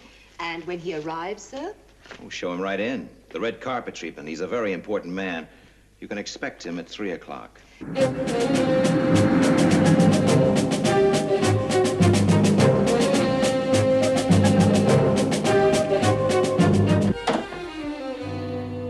I want to see Straker immediately. And before you try to fob me up with some damn fool excuse, I'm telling you I won't take no for an answer. Well, of course you may see him, Mr. Henderson. He's expecting you. Go straight in. Oh. Thank you. Straker. Ah, Henderson. You're late. Won't keep you a moment. Studio business. Well, I think it's a great script, Mr. Steiner.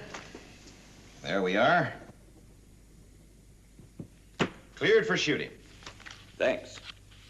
You know, I like the way you operate. Oh, thank you. Your policy of non-interference. Some executives crawl all over you. Well, I can assure you, Mr. Steiner, you'll see very little of me. And I'll give you a film the studio will be proud of. Thanks again. Nice guy. Goodbye. Bye. All right, Straker. You know I never touched them. Voice identification. James Henderson. Identification positive. Henderson James L. Thank you.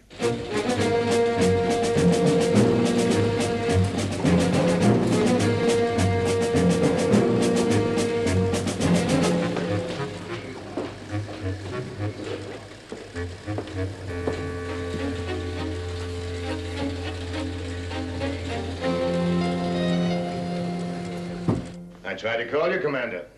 I was told you were not available. Were they your instructions? Yes. I see. A very high-handed attitude. However, one more question. Is it true you ordered all 3 Moonbase interceptors to destroy certain items of space junk? Correct. Do you realize what you've done? You tell me. You've blatantly and openly defied the Commission and left Moonbase and the Earth defenseless. It was my decision. I realize the implications. You had better start packing, Straker. When the Commission hears about this, you're through. Aren't you interested in hearing my reasons? Oh, let's be kind. Let's put it down to a mental aberration, the strain of command. Get those interceptors back on Moonbase, Commander, while you can still give orders. Sorry, Henderson. Don't push your luck, Straker. If Moonbase reports... A UFO sighting? Stick around. I'm expecting it.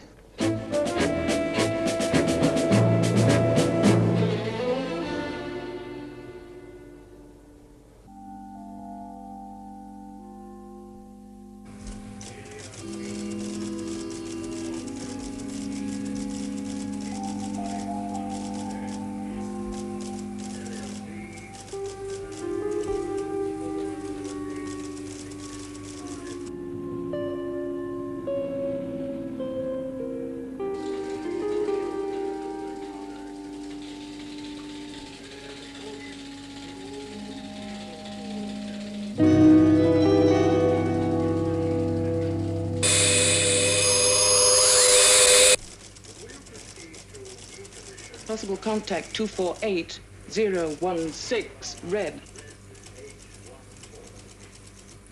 Contact confirmed, UFO 248136, red. Red alert. Get me Shadow headquarters. UFO maintaining course 248204, green. Get the termination. Request trajectory termination. Predicted termination 1F026, southern England. Close enough. Its target is this studio. Maintain visual contact on countdown. Yes, sir. And order a complete shutdown. Shutdown? Everything. VHF, radar, the computers, complete radio silence. Straker! As you said, Henderson, I can still give orders. Complete shutdown. Do it.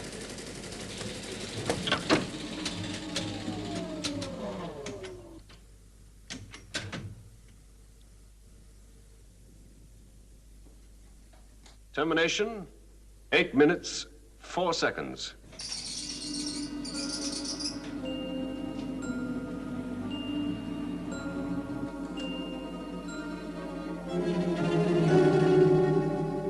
Commander Straker, I'd like to talk to you in your office. You too, Colonel.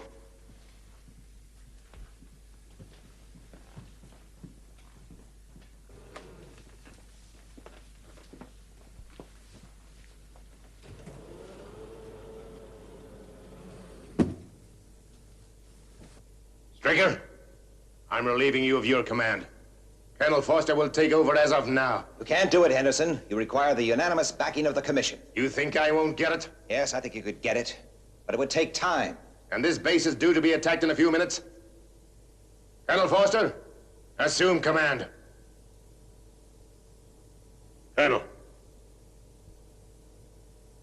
I take my orders from Commander Straker. Now, for the first time in your life, Henderson, you're going to listen. The aliens put a satellite into Earth orbit using a piece of space junk to cover. Why? A blockade on Moonbase? A logical reason, but obvious. Too obvious. In time, we would have located and destroyed it. So the satellite was a decoy, a red herring for something bigger. An attack on this headquarters. They hoped the satellite would draw the interceptors from Moonbase. And you fell right into the trap. I acted as if the plan had worked, yes. It would take a UFO of great destructive power to destroy this underground base. I didn't want that hanging over our heads. All this guesswork does not explain the shutdown. Well, why make it easy for them? The UFO is probably programmed onto our radio signals. I don't buy it, Straker. I just hope you've guessed wrong. Because if you're right, we're about to be killed.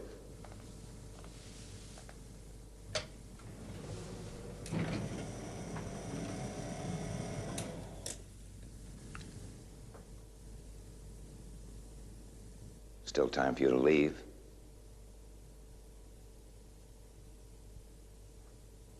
All right. We all just sit here and wait. For what? A voice.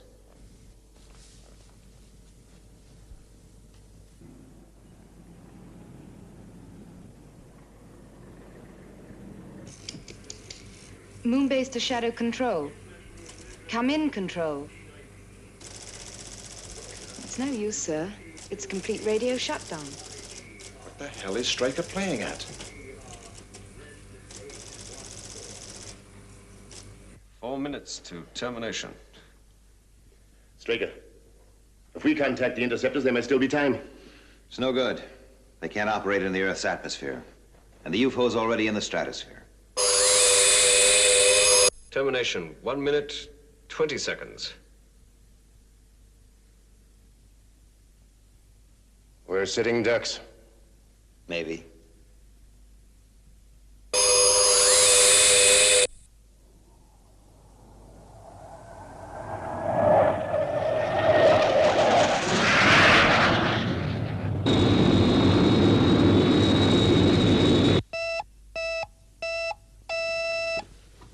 Yes. Sky One has just overflown the studio at 0 feet. Thank you, Miss Eland. Switch everything on. Yes, sir. And get me Captain Carlin. Sir. Nice timing, Captain. Don't miss it. Roger, Control. Sky One to Moonbase. Request UFO fix and attack coordinates. We'll relay direct to outward computer. Straker, a sly old... Fox? 45 seconds. 40 seconds. 35 seconds. 30 seconds.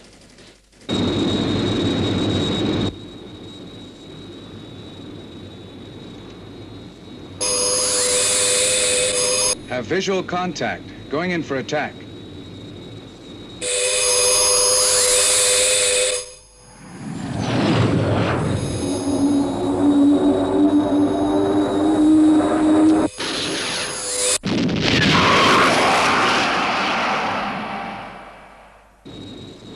Sky One to Shadow Control. UFO destroyed.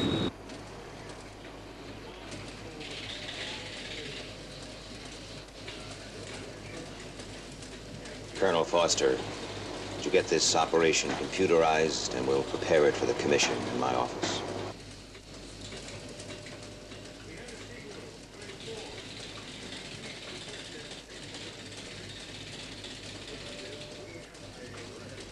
Well, Straker, I guess I owe you an apology.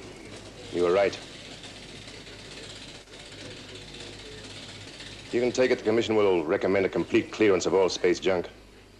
Thank you. Of course, it'll take time. The money has to be raised. Call it the Maddox Fund. Maddox? The pilot who was killed. Oh, yes. Maddox.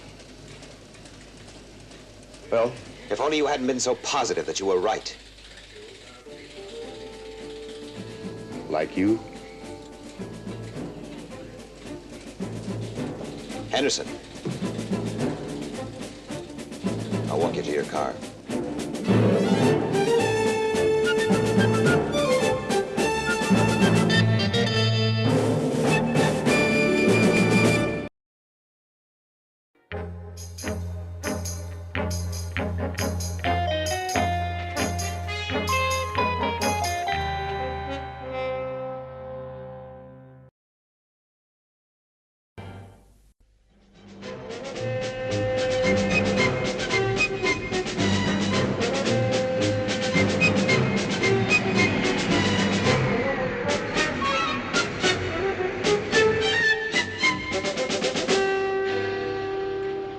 How's everything going? Oh, quiet. Good. Oh, Alec, could I see you for a minute?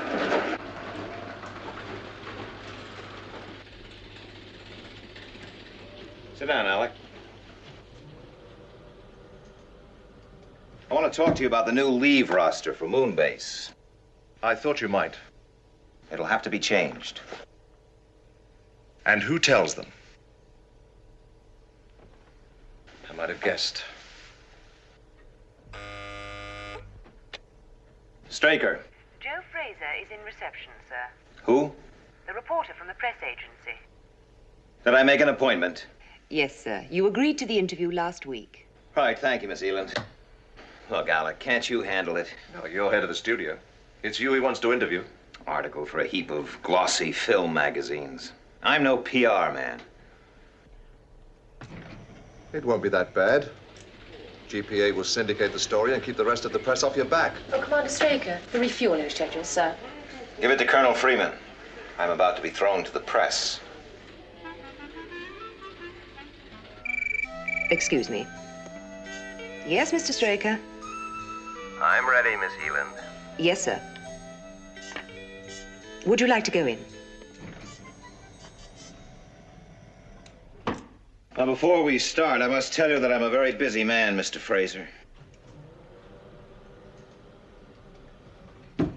I must apologize. My name is Josephine Fraser. I sometimes find that in a man's world, Joe is more convenient. Well, is it a man's world? I think so. I hope you'll forgive me. Oh, I'm sorry. Please sit down. Well, fire away, Miss Fraser.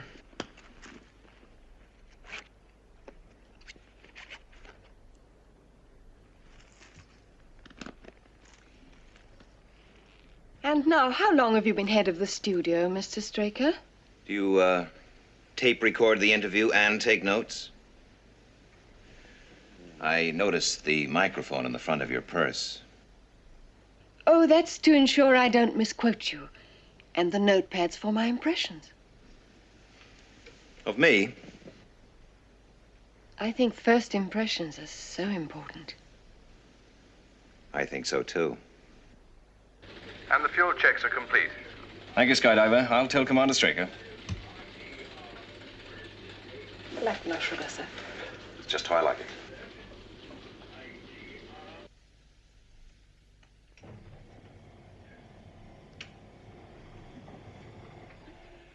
Well, I'll walk you to your car. Well, thank you. I thought the age of chivalry was dead. Oh, no, I have to go up on the studio lot. It's on the way. Goodbye.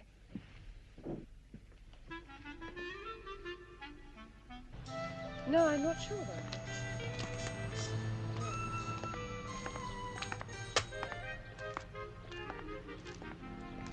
Very smart. I've earned it. Well, thank you. You've been very kind. A pleasure. Goodbye. Miss Fraser?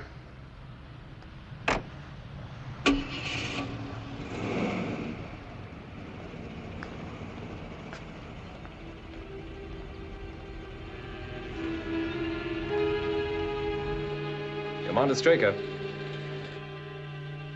Commander Straker.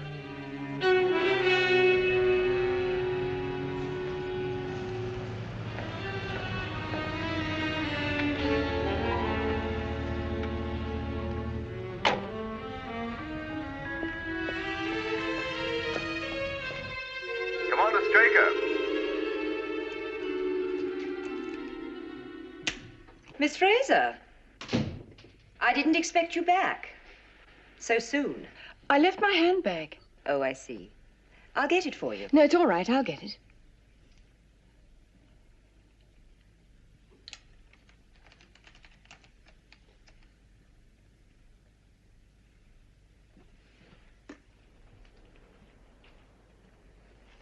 Have you found it? Yes, thank you.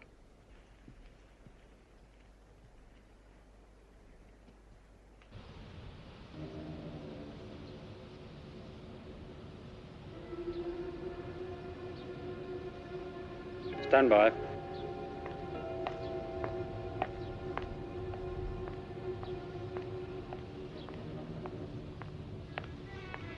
When I give the word.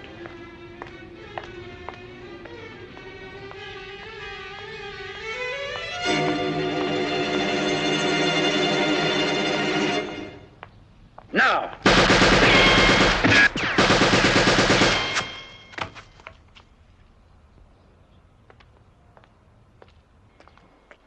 Got it! How are you? All right? Fine. How was it? Great. Absolutely fine. Right, we'll take some close-ups on this shot now. Now, Roy, from the point where your hand comes up to your forehead. All right? Sally. Good morning, Roy. Well, good morning, Mr. Straker. Well, you died beautifully. Thank you. I don't get much on the blood, though. Oh, by the way, Roy, we finally got that contract matter all straightened out. If you want to call Miss Elin, she'll put you in the picture. Fine. Lovely. Chaps, that was absolutely...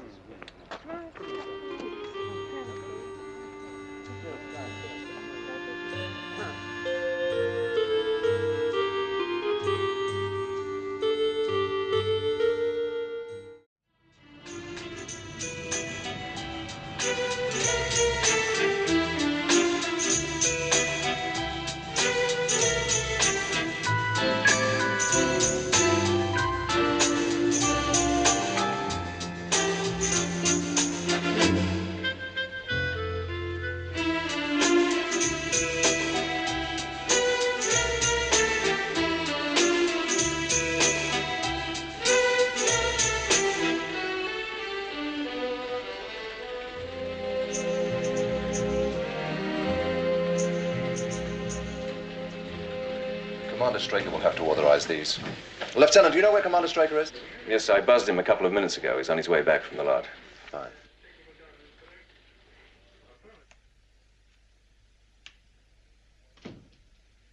Messages, callers? No, sir. Only Miss Fraser. Miss Fraser? Yes, sir. She came back for her handbag. She left it in your office. You didn't let her go in there. Well, only for a moment. I see.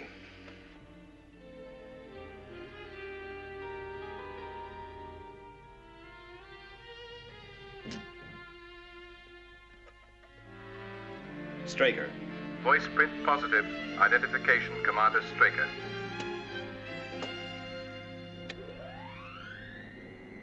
I think first impressions are so important. Do you tape record the interview and take notes? I think first impressions are so important.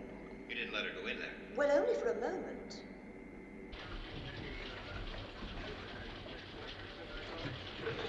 Alec, Ford.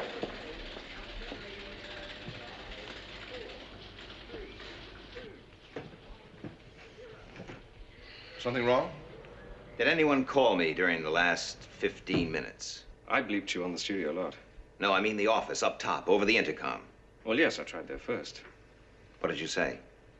Nothing. There was no answer. Well, you must have said something. It's important.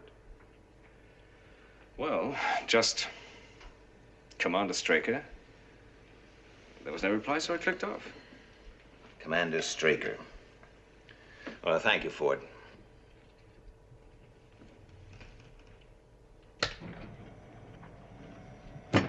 How could I be so stupid, Alec? That reporter had a tape recorder. It was left in the office. The chances are it picked up Ford's voice over the intercom. That's not so important. He only said Commander Straker. Assuming it was picked up, what could it mean to anyone? Not a lot, I agree. But maybe just enough for that woman reporter and her press friends to start snooping around. It was a girl. Yes. Miss Eland, get on to the Global Press Agency. I want to contact that Miss Josephine Fraser. It's urgent. Yes, sir. What was she like?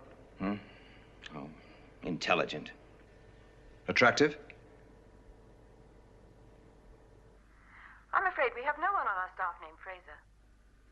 Are you quite certain? We've checked right through the personnel files. Yes, I see. But check with the other agencies. Right. Thank you very much.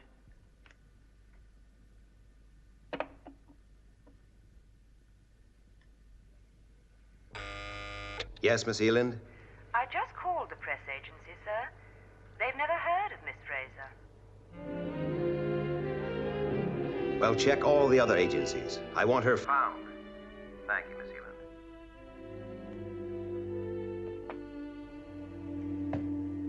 Intelligent, attractive, and a possible security leak.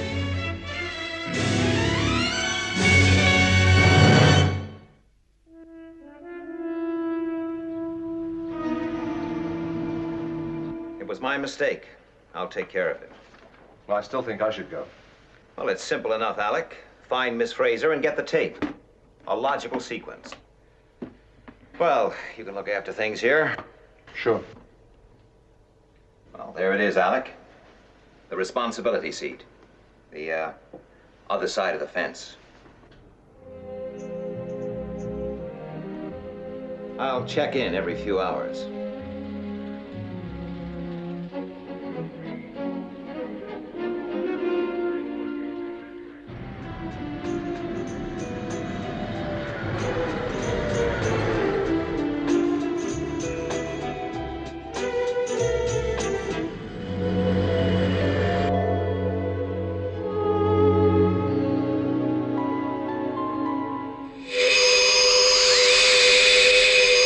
Have trace on positive track, course 428146, green.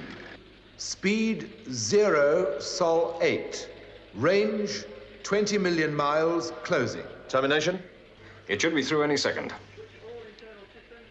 Tell Moonbase to launch the interceptors. Red alert. Red alert. Control to interceptors. Have UFOs on positive track. Green 140. Moonbase to Shadow Control. Confirm UFO sightings. Go for intercept.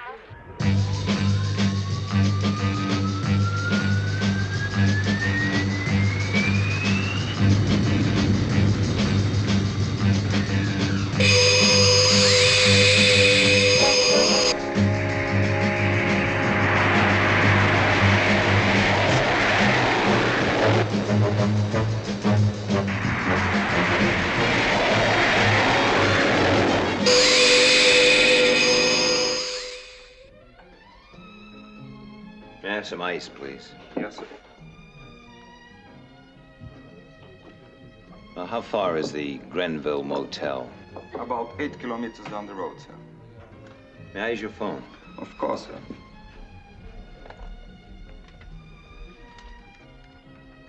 Thank you.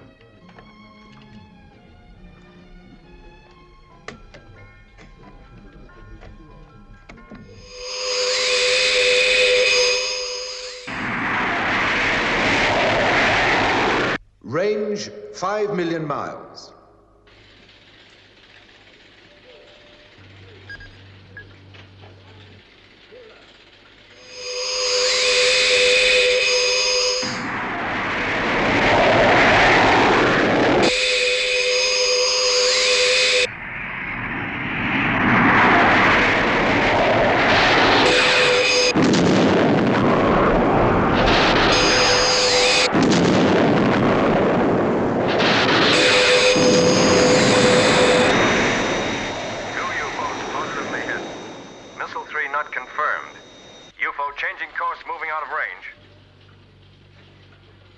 We've lost it.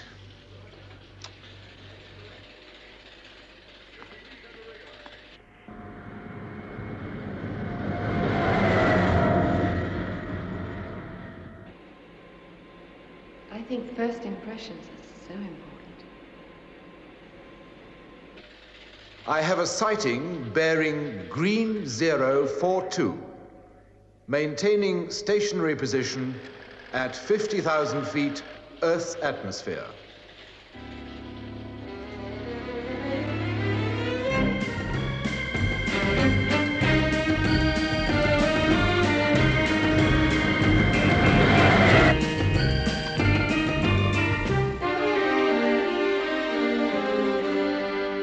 Yes? I have Commander Straker on the line, sir. He wants to know how things are going. Tell him everything's fine. No trouble. Well, do we have trouble? I don't think so. But we have an unidentified radar trace. Yes? Then something's there. I guess so, but... And it could be that UFO. It's practically stationary. The point is, do we have a UFO in our hands or don't we? Well, in my opinion, it's 1,000,000 to 1 against. But of course, we'll maintain a full alert radar track. No. Launch Sky 1. Tell Waterman to investigate. Yes, sir.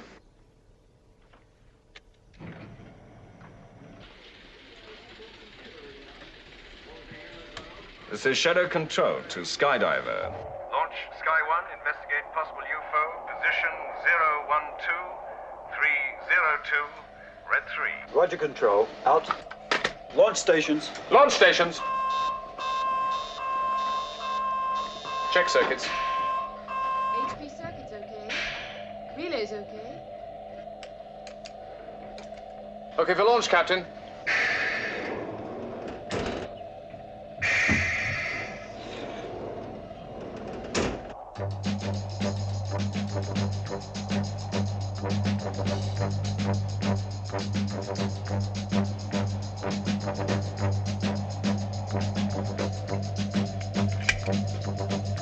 One and two cleared. Lift-off stations. Lift-off stations. Check boosters. Checking boosters.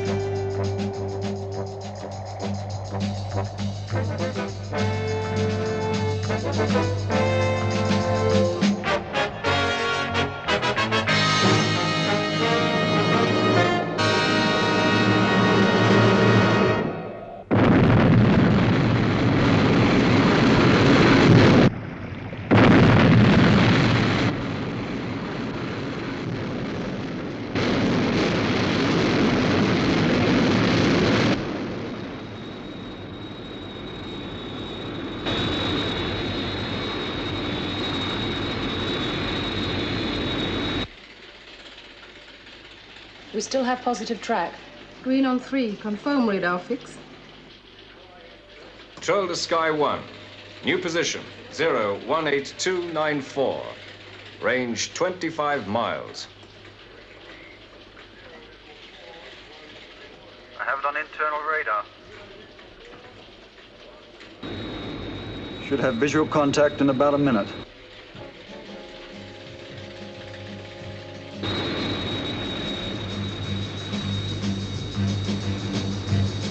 I think I can see it.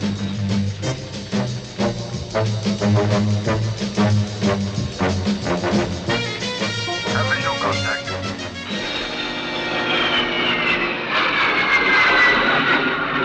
Panic over. It's a weather balloon.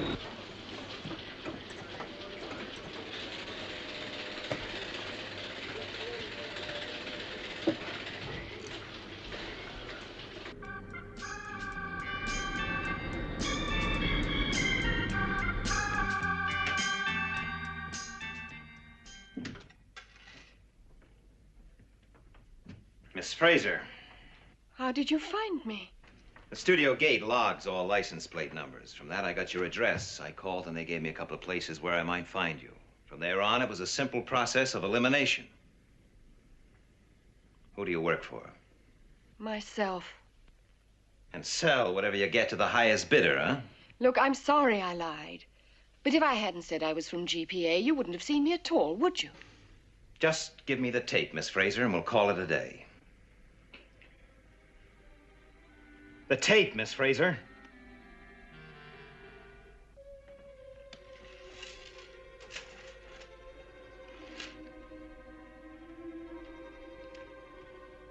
You've played it back. There wasn't time. Right.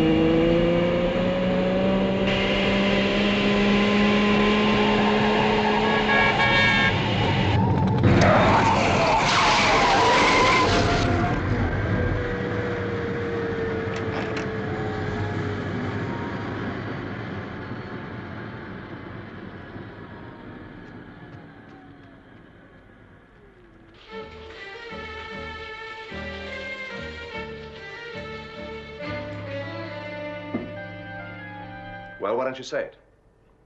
If you just sign this, please, sir. Oh, get out of here.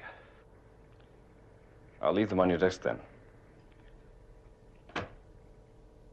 Even a practice launch for skydiver needs an authorization. Hold it, Keith. I'm sorry.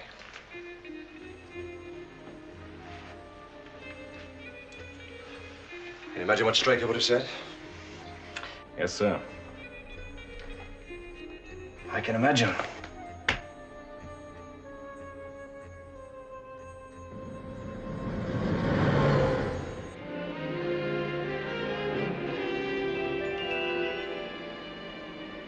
What now? The police?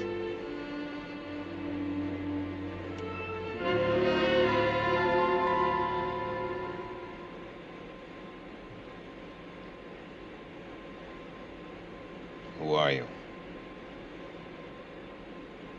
Joe Fraser, freelance reporter. Failed.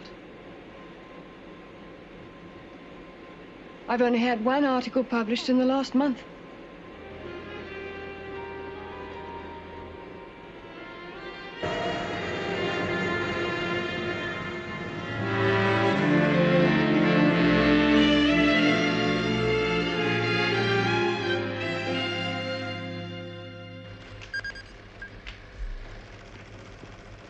Is it still there? Yes, Lieutenant.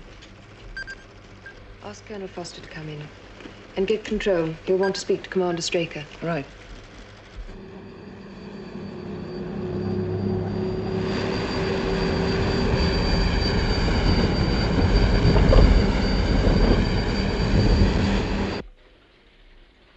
I have Colonel Foster on the video link, sir. Oh, thank you.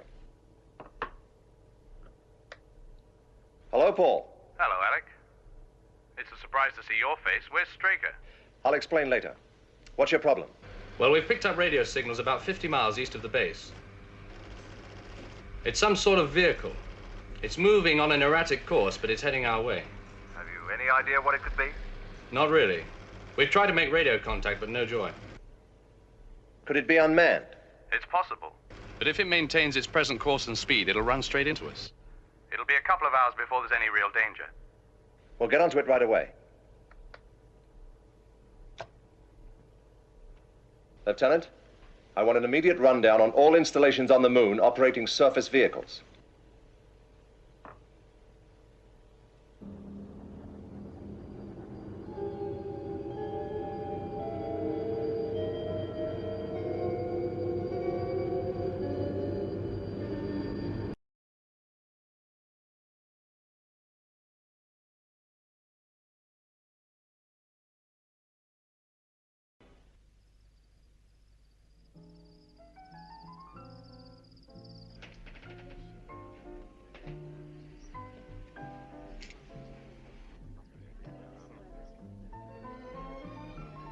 Why did you do it? It's a dirty world. Sometimes you have to cut a few corners. To get what you want. Like that car of yours. The car? Huh, it's on hire. All part of the front.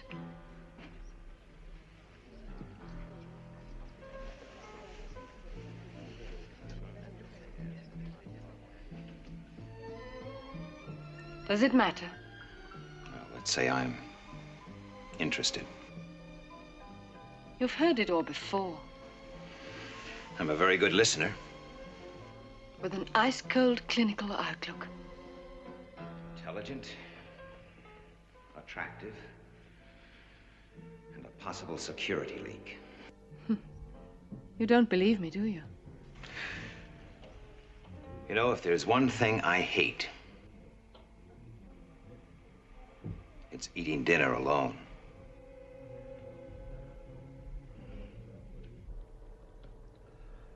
Well, what do you think? It's a tough decision. Thanks. All right, tell Moonbase to launch the interceptors. Right, sir.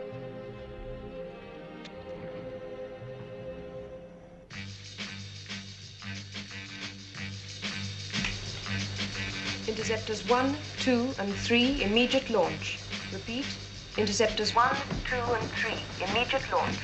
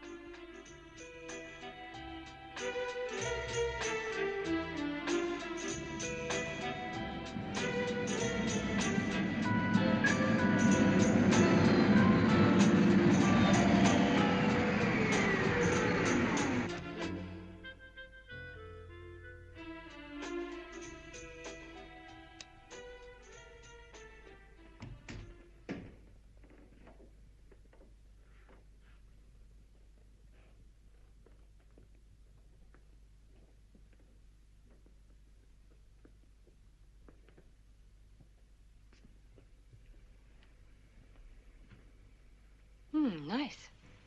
Well, it suits me. Well, I'll get things moving in the kitchen. Can I help you? No, I can handle it. I left the wine in the car. I'll get it. Oh, thanks.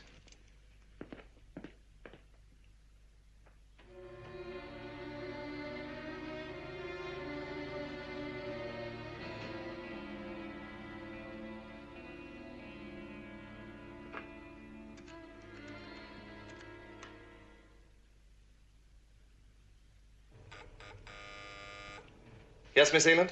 I have Commander Straker on the line, sir. Oh, you better tell him...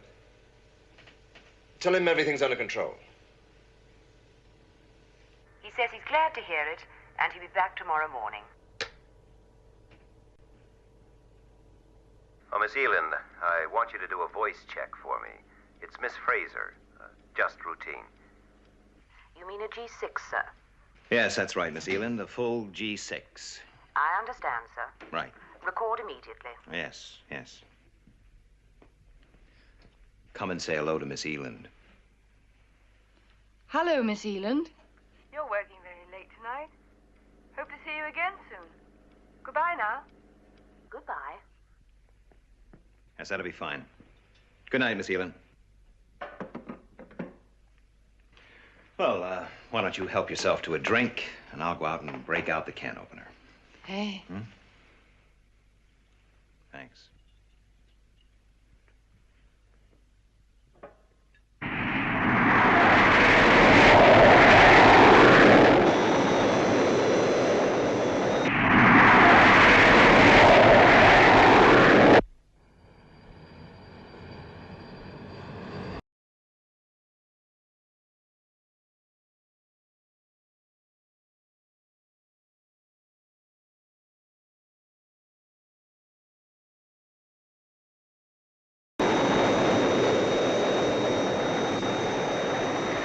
We can see it. I'll go down and radio back a photograph.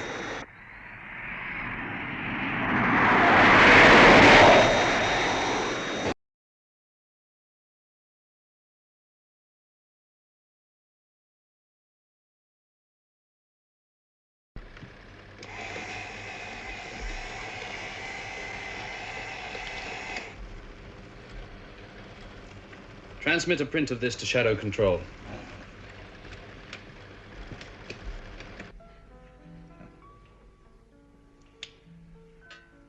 You know, Ed, you're a terrific cook. I just follow the instructions on the can. Well, the wine was great. You should have had some.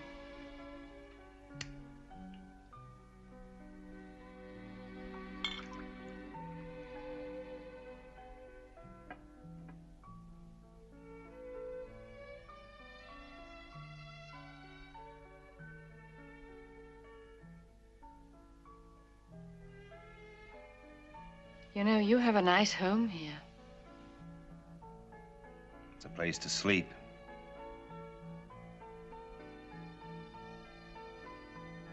You know, it's funny, Joe. I enjoyed today. Ever since my divorce, I've kept myself pretty much to myself. You know how it is. Yes, I do know.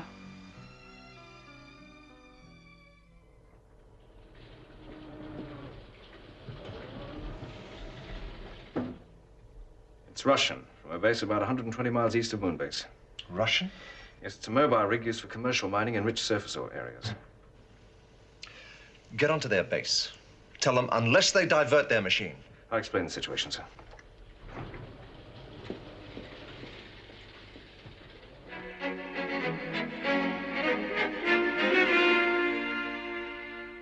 We understand your concern, but we still can't establish radio contact with the crew.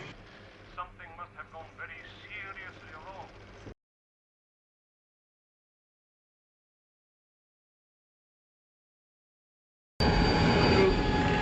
Очень старая русская мелодия, зеленые глаза. Слушай меня. Да-да-да-ди-да-да, да-да-ди-да-да-да.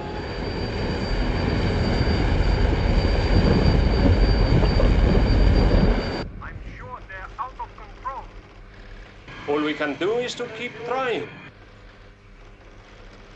Get me shadow control.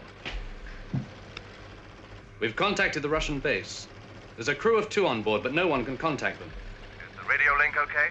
It seems to be. They just don't answer. What's the vehicle's position now? About 20 miles east of the base. The Russians have a surface mobile on the way, but it won't get there on time. Send out a moonmobile. Try to establish visual contact with the crew. Right.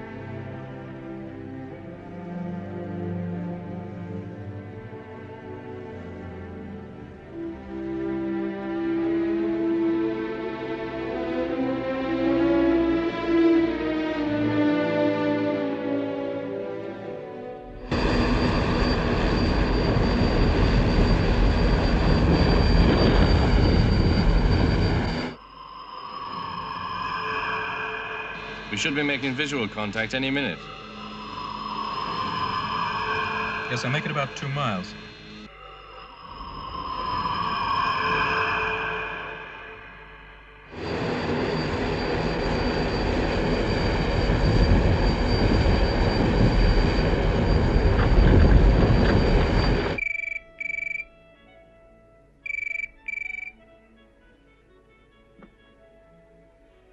Straker.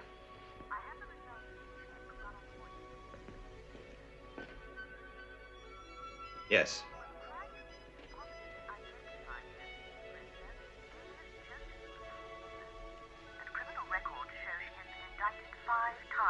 I see. Is there anything else, sir? No, that'll be all right. Right.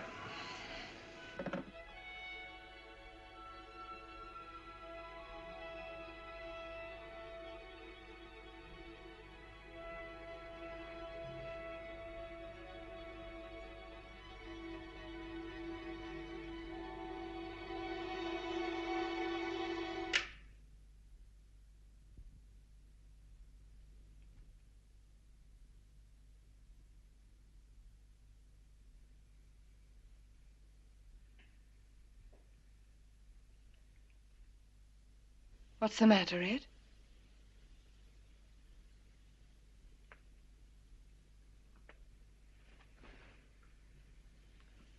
Get out. What's wrong? I know. That's what's wrong. One article published in the last month. The car on hire. You were right about that the first time. You earned it. The hard way. Just what did you have mapped out for me? Did you plan to take me for all you could get? Or maybe something more cozy? Like an idyllic weekend somewhere, and a guy with a camera who just happens to burst in at the right time. Maybe at first. Oh, come on, don't give me that. Don't tell me there's an emotion left in that pretty little head. You must be getting soft. Soft? That's the way you get eaten alive. Oh, you wouldn't understand. It's a man's world, remember?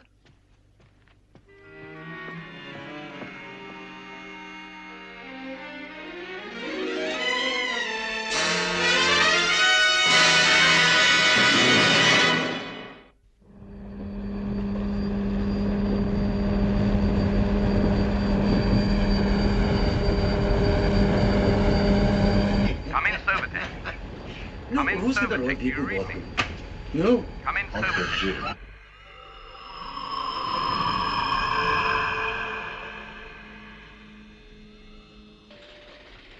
Get me a direct radio link with the Moonmobile. Right, sir. I have Colonel Freeman for you, sir. Right, put him on. What's the position?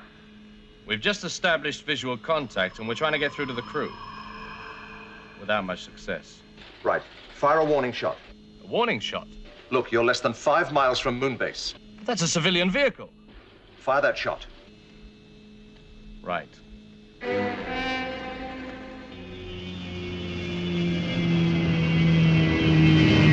Range 480 yards. Angle 0.28. Not too close.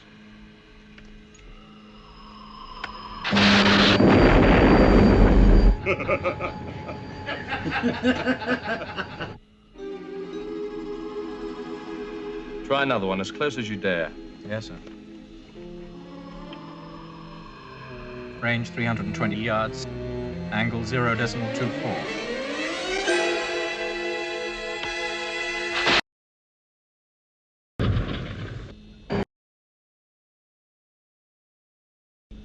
No reaction. You're certain they saw the warning shot? If it had been any closer, they'd have been part of it. Stop. You mean? I mean shoot to stop them. That's my decision. I'll take the responsibility. Do you read me? Look, give us a couple of minutes. We're going to try something.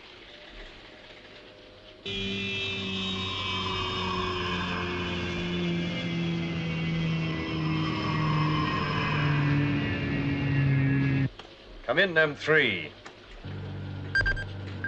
Come in, M3.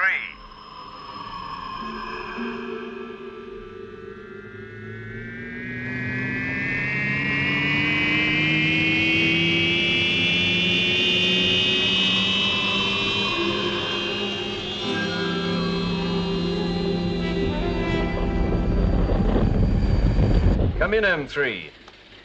M3 to control. Control to... Let me speak to Colonel Foster. He's trying to get aboard the rig, sir. What?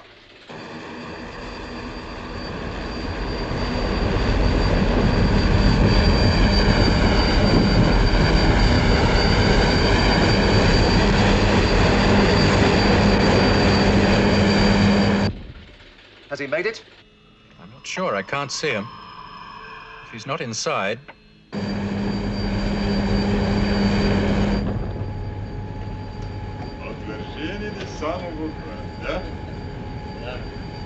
Nice room. Я немножко устал. Я хочу спать.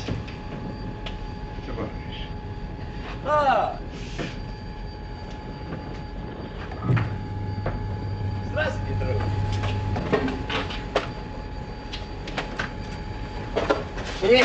Listen, they're both incapable. The The air pressure's down. They could be suffering from anoxia. How far away is it now? 1,500 meters. This is a red emergency alert. Seal all airlocks. All personnel to carry out decompression drill. That's of yours, huh? English, American. Yeah. What? Get onto the Russian base. Find out how to stop this thing.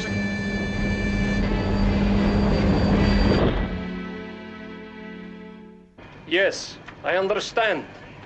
The quickest way to stop it is to throw the red master power switch. It's situated left of center on the control panel. Right. There's a red switch on the control panel. Yes, I can see it. That's the master power control. Okay.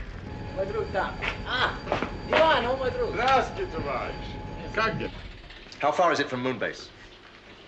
Just a few hundred yards.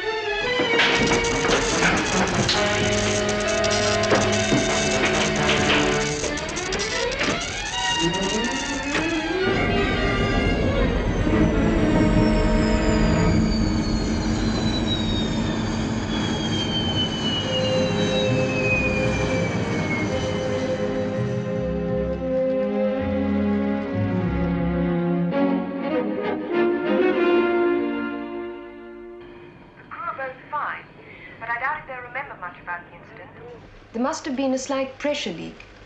They were suffering from a lack of oxygen, inducing a sort of drunkenness. Drunkenness? Like drinking too much whiskey. We call it anoxia. We know it in the same way, except our description would substitute vodka for whiskey. On behalf of Sovitex, I would like to thank you for your cooperation.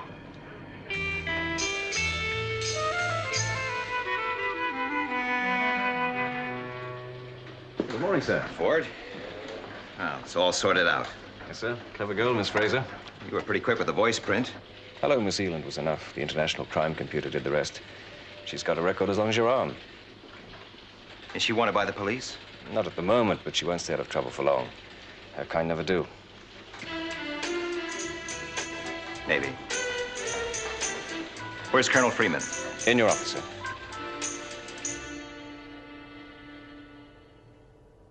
Hello, Alec. Hello. Well, I hear you had quite a day. You could say that. Well, Foster might have lost his life. Ordering them on board that rig like that. Tough decision. The right one, of course. It wasn't quite like that. Well, whatever way it happened, Alec, you were responsible.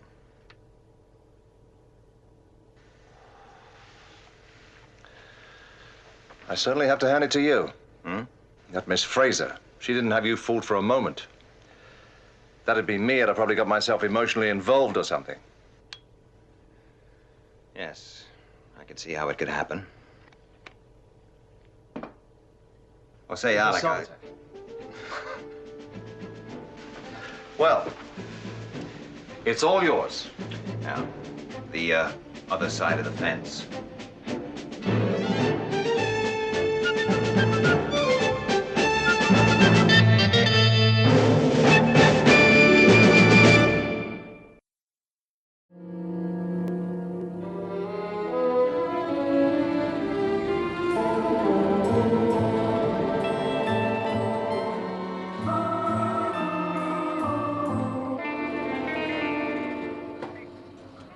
Has Colonel Freeman left? Yes, a couple of hours ago.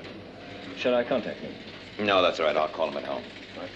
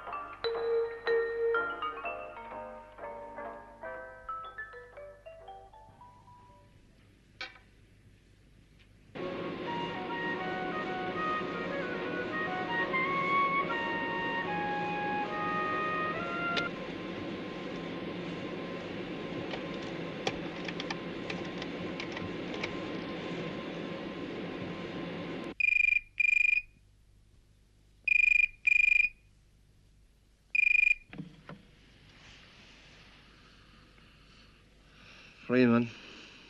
Alec? Oh, don't you ever sleep? Hope I didn't wake you up. Oh, sure. Listen, Alec. There's a few things I want to check. Now, first of all... Hold it. What is it?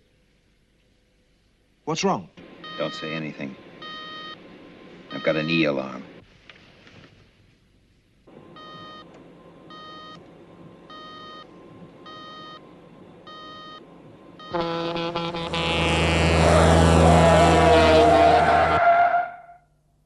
Are you all right? Ed, are you all right? Can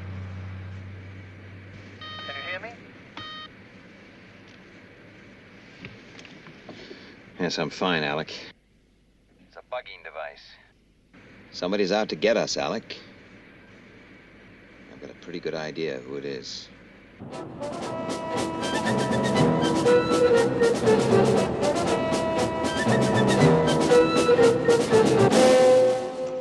Straight. Thank you, Miss Scott. We'll go straight through. But I'm afraid there's a... It's all right. Just show us where we sharpen our knives. I'm sorry, sir. Don't worry, Miss Scott. Stopping runaway trains is not part of your job. Streaker, this is a most unpleasant surprise. Yes, I'm sure.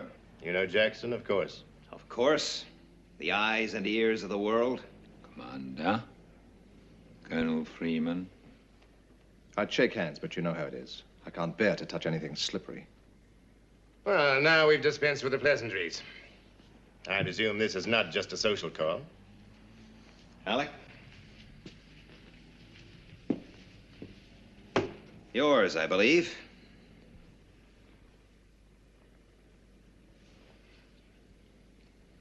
Yes.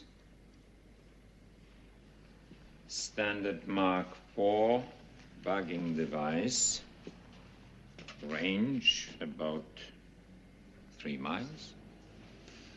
Planted in my car. Why? 2 reasons. One, to test your security. And the real reason?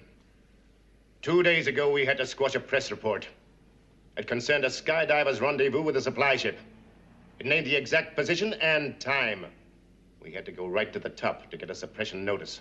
Yes, it would have been unfortunate for Skydiver to have surfaced and been greeted by a boatload of reporters and photographers. Is this some kind of a sick joke, Henderson? You have got yourself a major security breach. You'd better believe me.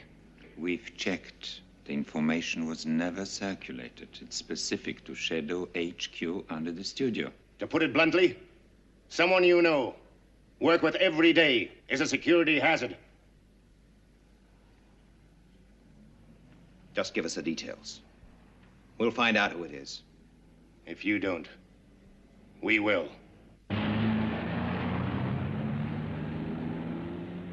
It's been very nice dealing with you, Mr. Foster. Well, let's hope it works out. Oh, don't worry, it will. I promise you, I wouldn't have let Diana here sign the contract if I hadn't thought she had a great future. You know, one day your studio is going to thank me. This is just the start of our long, friendly relationship.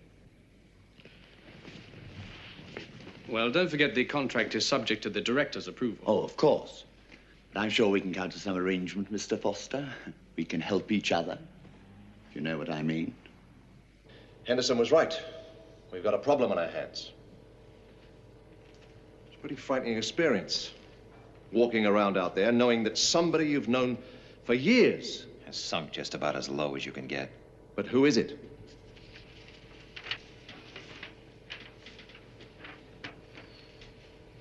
The coded message to Skydiver.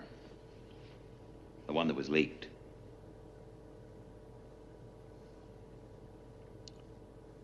Authorized and sent by Colonel Foster.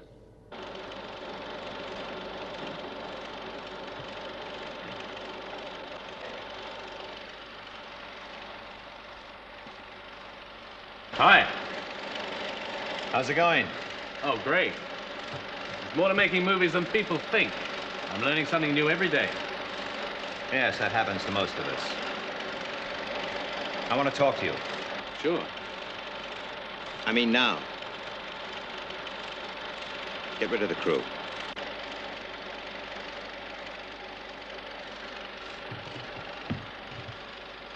Okay, boys, take an early lunch. I'll leave the machine running, will you? I want to see the rest of those shots. Are you certain? Right. Right, I'll check it out. Yes, I'll tell him.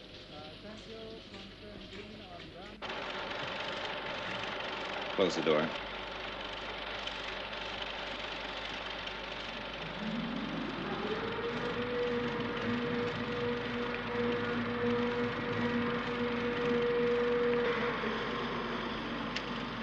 You transmitted this 3 days ago. Yeah, but this is, hadn't we better go to your office or something? Worried about security? Maybe I feel just as secure right here. Did you transmit that message? Well, yes. I believe I outrank you, Foster. Yes? Yes, what? Yes, sir. That's better. Let's keep it that way. Look, what's all this about? Just answer my questions. Now, who else knew about the Skydiver transmission? Well, I did mention his Alec Freeman. You gave him exact position, details, time? No, sir. Did you talk about it to anyone else? No, sir. Then how is it that this information, which you say you told no one, got into the hands of a newspaper? A newspaper? Yes.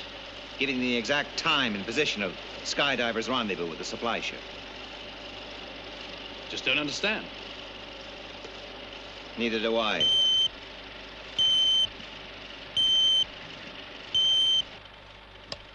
Straker. I just had Henderson on the line. There's been another security leak. It concerned a routine flight from Moonbase. Who planned and authorized it? Foster.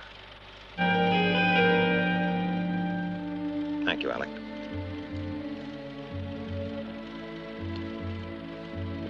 I don't get it. How about an explanation? Explanation? Explain what? What do you think I've done? I'm not thinking anything. I'm interested in facts. Well, I'm sorry. I just don't know how I can help you. Well, this whole thing's ridiculous. Ridiculous? Maybe you'll think a military court is ridiculous. A military court? When I tell Henderson the position, the outcome is obvious. And you'd better consider this. SHADO is run as a military organization. We're at war. You realize the penalty for espionage.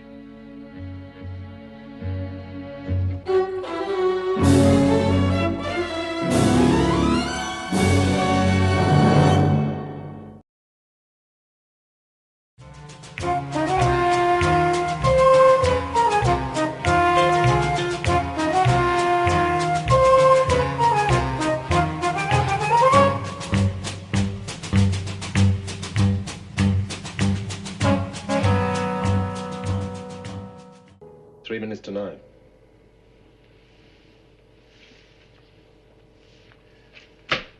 Right.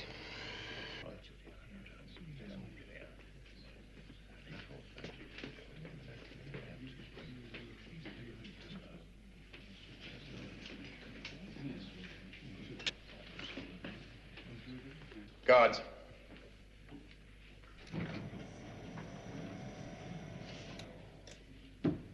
I convene this court-martial by the authority invested in me under Article 183 of our charter. I must remind you that as of now, everyone in this room is under oath to speak the truth. Prosecuting officer may proceed. The accused, Colonel Paul Foster, is indicted under Section 8 of SHADO security regulations.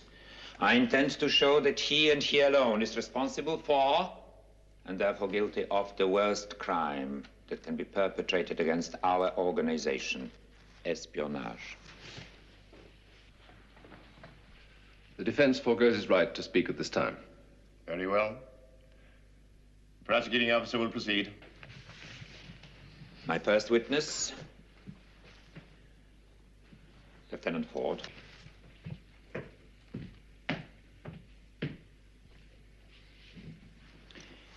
You are Lieutenant Keith Ford, and you're a senior operative in Shadow Control. Yes, sir. Do you recognize the apparatus on the table beside you? Yes, sir. It's a standard code and transmit device. Like the one used in Shadow Control? Yes. Will you tell us how it works? The primary circuits are a series of electro-scanners positioned in series. Lieutenant, we'd be grateful if you'd keep the explanation as simple as possible. Yes, sir. The information is inserted here. I see.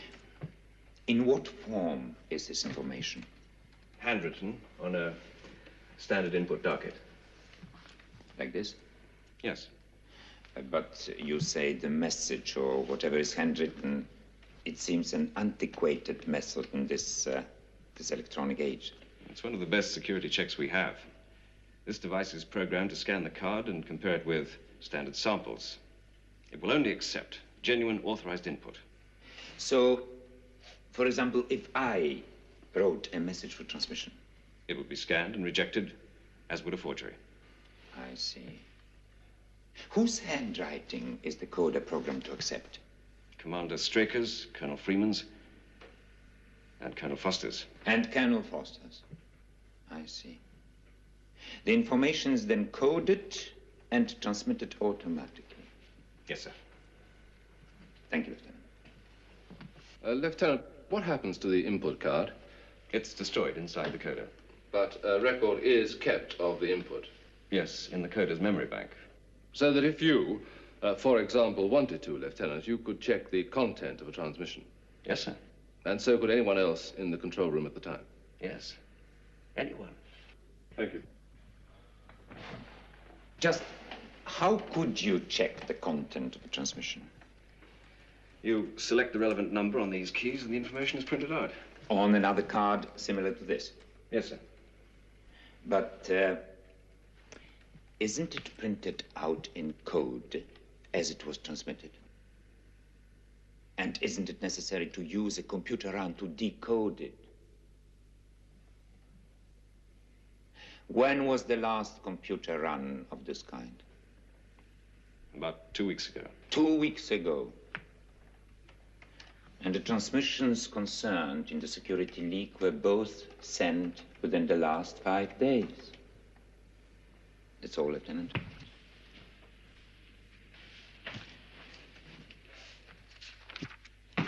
Will Captain Waterman come forward, please?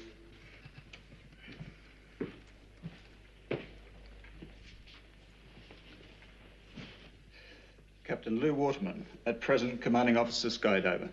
Just one question, Captain. Did you know the contents of the orders concerning the supply ship rendezvous transmitted to your submarine by Colonel Foster? No. Could you explain why, Captain? Well, until we receive confirmation, the message remains uncoded in our computer memory. Is this a standard procedure for security reasons? Yes. So neither you nor any of your crew could have leaked the information? No.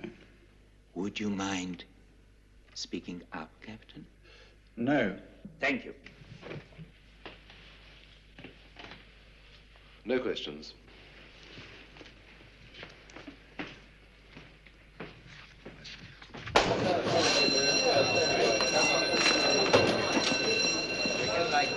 Fire! You sure about this? Certain. I've seen it myself. It's an open set. Well, that's just great. Set up the reverse. Keep it fairly low. Where'll you be? I'm going to see Ed Straker. He's supposed to be the head of this studio. Straker, Commander-in-Chief, Shadow Operations. Commander Straker, is Colonel Foster a friend of yours? He's an officer, serving under my command. But is he also a friend? Not in the sense you mean. This comrade, is he guilty of espionage, a traitor, a spy? In your opinion, of course. You mean my opinion as a man, or as Colonel Foster's commanding officer? Why not to give us the benefit of both answers, Commander? Very well. As a man, my opinions are private, therefore no concern of this hearing. As Colonel Foster's superior officer, I'm interested in facts, not guesses. No more questions. Colonel Foster is a comparatively new member of Shadow. Yes. And you authorized his acceptance? Yes, that's correct. On what did you base your decision? On the basis of the physical, psychiatric, and computer tests. On his past record as an Air Force pilot, civilian pilot, and on my judgment. He had security clearance? Naturally. Is this a copy of the security report on Colonel Foster? Yes, it is. Commander, would you read out aloud, please, the last paragraph? Colonel Foster is considered to be an excellent security risk, and we recommend Class A clearance. Thank you, Commander. Commander, you will see that I was one of the examining officers on that report. Yes, your signature is here. Well, it only goes to show that we can all make mistakes. Don't you agree? Thank you, Commander. I think this may be an appropriate time to adjourn. We'll resume at 1400 hours.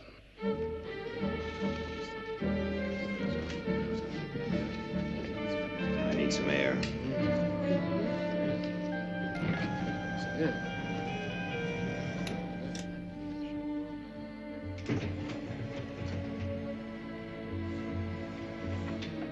Excuse me, sir. Carl Mason wanted to see you. He said it was very urgent.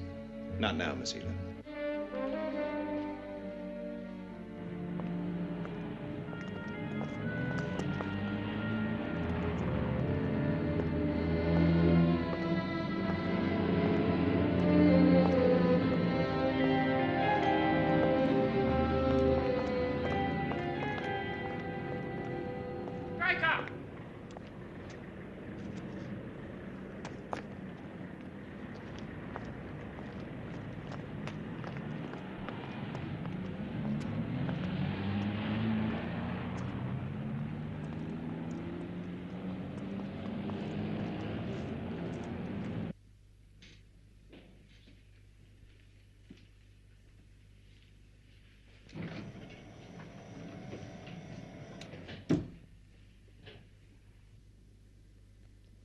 The defending officer may proceed.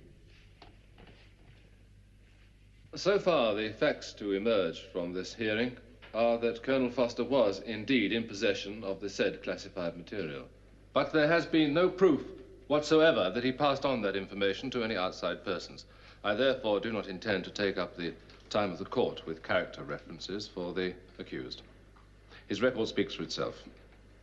I call Colonel Foster.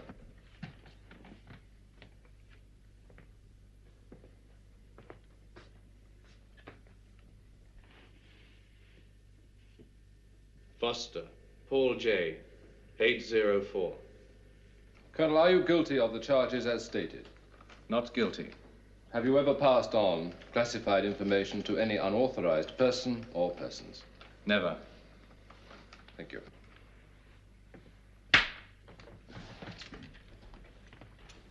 Colonel Foster, would you say that you have a nervous disposition?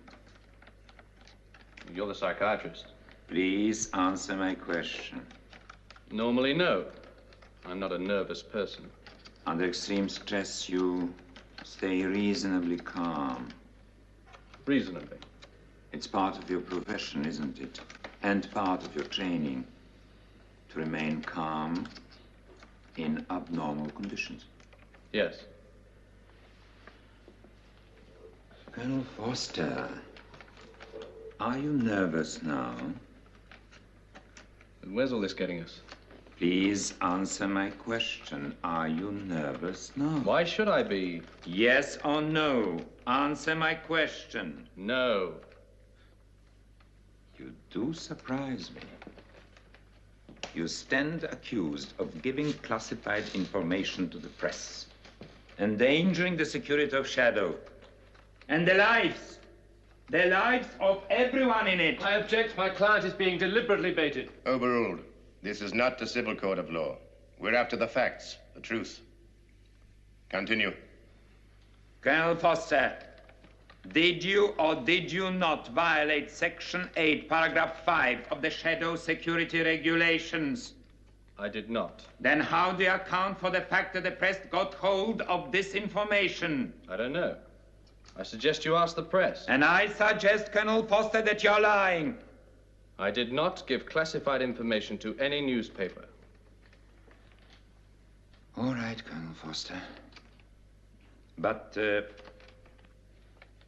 I have one last question.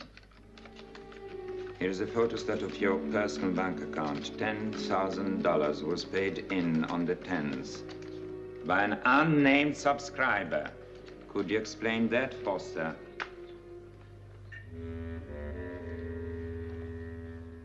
I can't. It's the first I've heard of it. Very convenient. What are you implying? Implying? I am stating that the money was payment for espionage, the going price for a traitor, the rewards of a spy. I am stating that you sold SHADO secrets to the press for the sum of $10,000. I tell you, I know nothing of how that money got there. It's a plant. Someone's trying to frame me. You're absolutely nervous now, Foster. This whole thing is ridiculous. He's twisting the facts. I really must protest. My client has again been deliberately baited. Order! I want order here. It's a pack of lies from start to finish, and he knows it. All right, Foster. Where did that check come from? I don't know. I'm going to ask you just once more. Where did that money come from? I tell you, I don't know. All right. Alec, how can we find out about it? A Swiss numbered account? You tell me.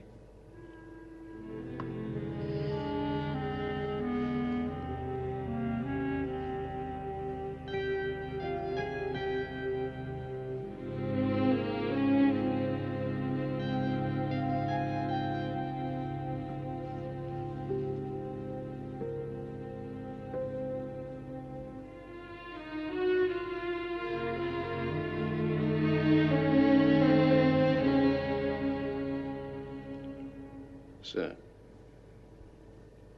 as my commanding officer, do you think I'm guilty?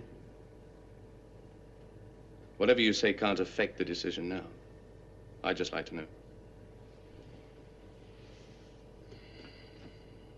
All the evidence in that court-martial says yes. But if you want a gut reaction, no.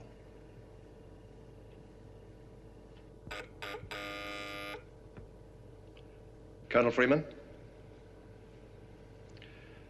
Right.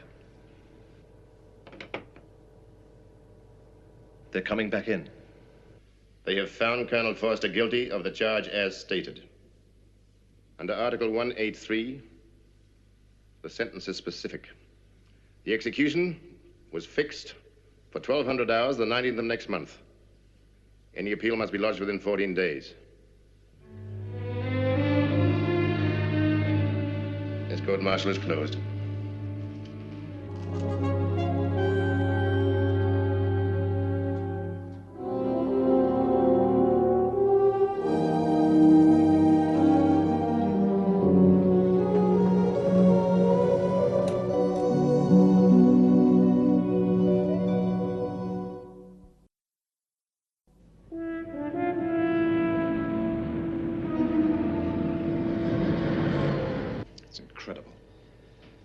wasn't one piece of tangible evidence.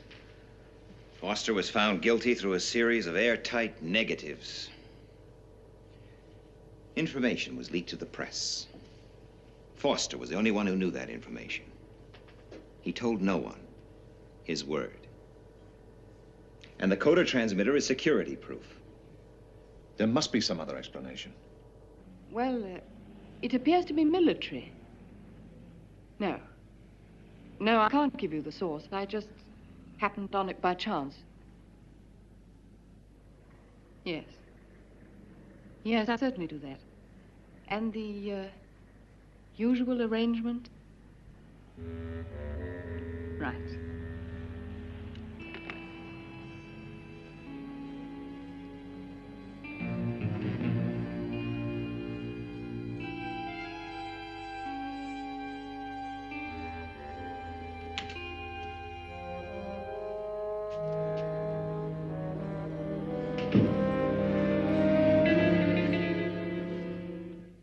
Is there anything you want, Colonel?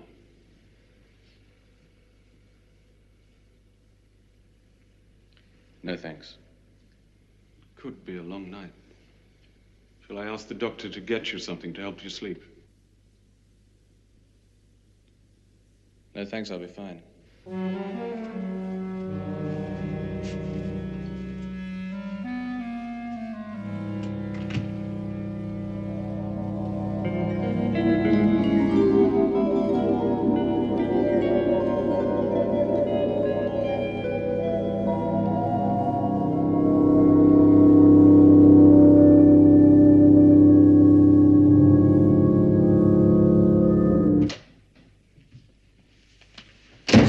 Mr. Straker? As a matter of fact, no. Well, that's too bad. Because I didn't sleep at all. It's Carl Mason, isn't it? Well, recognition at last from the big white chief. You'll have to excuse me.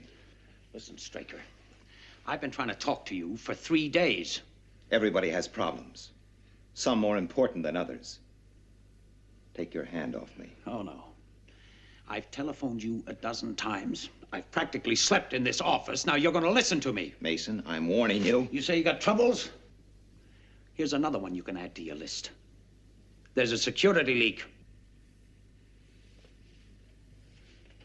Security leak? I'm making a picture here.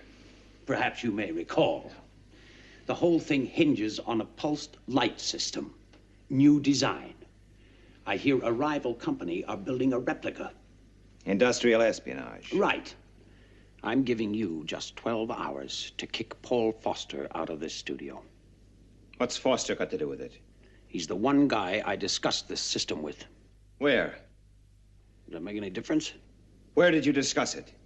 In his apartment.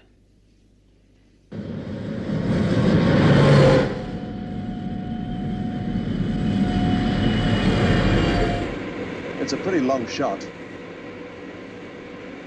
It's a pretty hairy coincidence.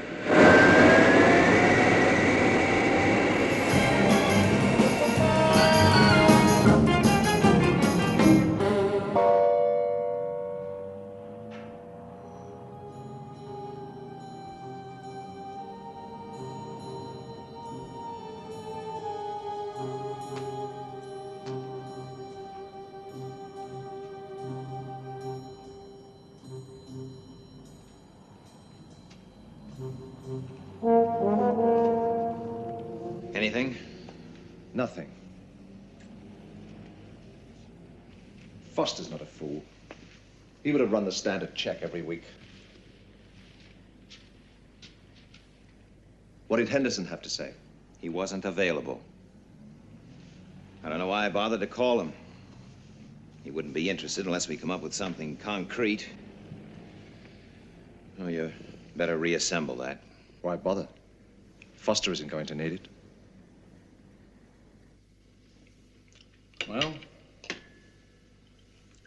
not much wrong with my appetite. Time's Webb arriving? 2:30. Don't worry, he's a good defending officer. He'll make the appeal stick. Yeah. Sure. Will I have some more coffee? I was almost sure. There's nothing here. Let's go. No, wait a minute, Alec. Now, when Foster was working, he'd sit here.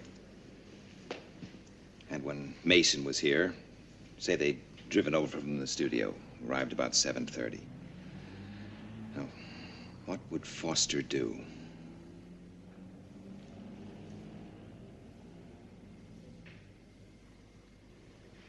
Environmental therapy.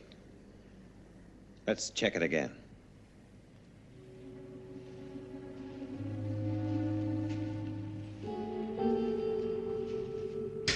Positive.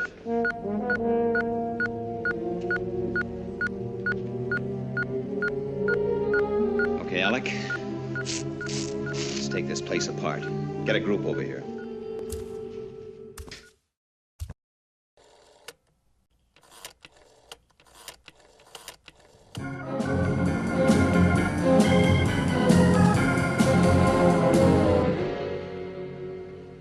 Here's another one.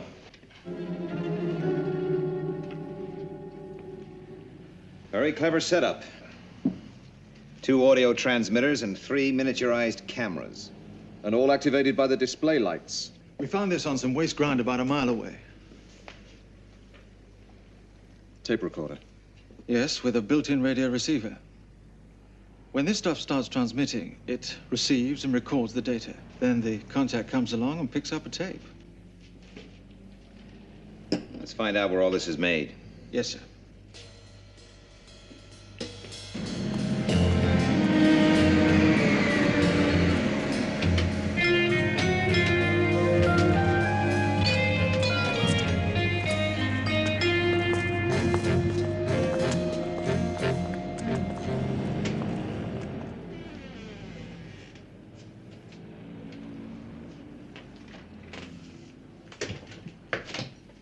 Who runs this place? I do. Who are you? I believe this is one of your gadgets. Maybe. Maybe not. Now look, funny man. Miss, get lost. Now you listen. This is private property. There are 2 ways you can play this, Singleton. One is the easy way. Joe.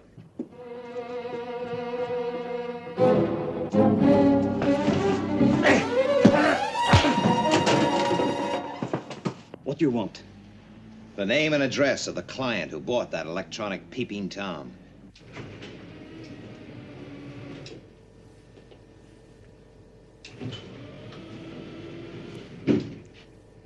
Hello, Colonel. How are they treating you? Great. I've drafted the appeal. It needs your signature.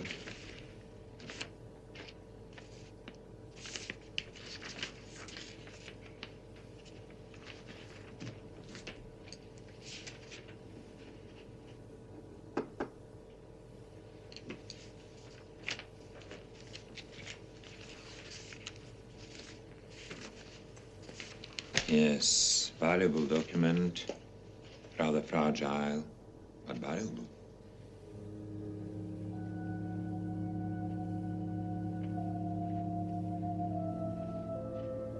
You're a psychiatrist, Jackson.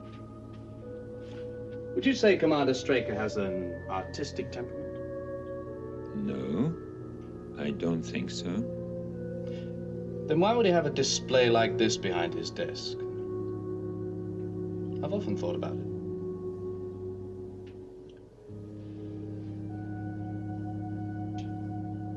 Maybe it soothes his nerves. What would you say is the strongest instinct in man? Love? Hate? Self-preservation? Guards!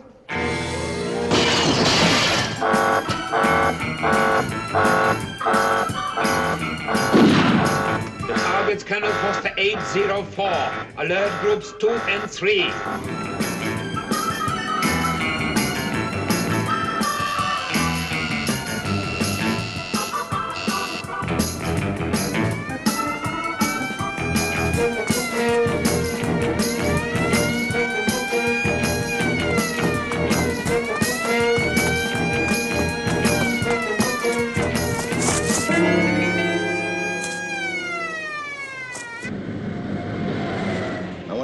on Miss Jane Grant. Address? 124 Eastern Avenue. You got that? Right. At the studio. Oh, and put me through to General Henderson, please. Priority A. This I'm going to enjoy. All right, Straker. You may have new evidence, but I've got something for you. Foster escaped 20 minutes ago. Groups 2 and 3 have been alerted. What? But you can't do that. Now listen. Foster knows the complete setup. He was found guilty of espionage. I'm not risking the whole organization for one man. My orders are to shoot on sight. But his apartment was bugged. Was it? Or was it his way of passing the information? It's going to take positive proof of innocence to convince me.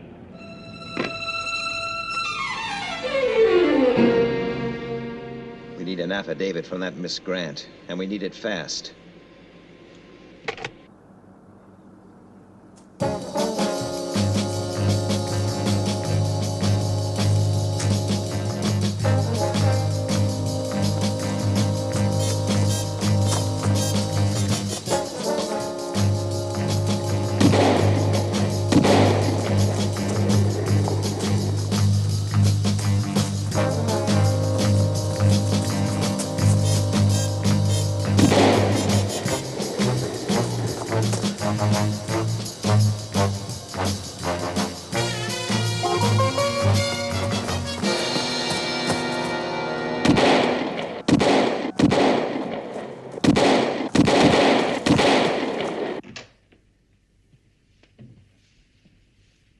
Is Miss Grant here?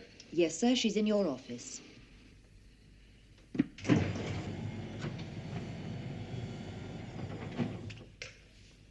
Thank you, Ford.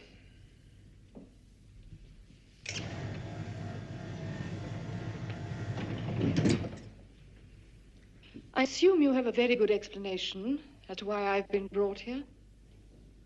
You are an industrial spy. It all sounds so sordid. You had an apartment bugged for sound and vision. It belonged to Paul Foster. Did I? The electronics were supplied by a man named Singleton. He's told us everything. Then I suggest you send for the police. You know as well as I do, industrial espionage is not indictable. Then I suggest you have me driven home.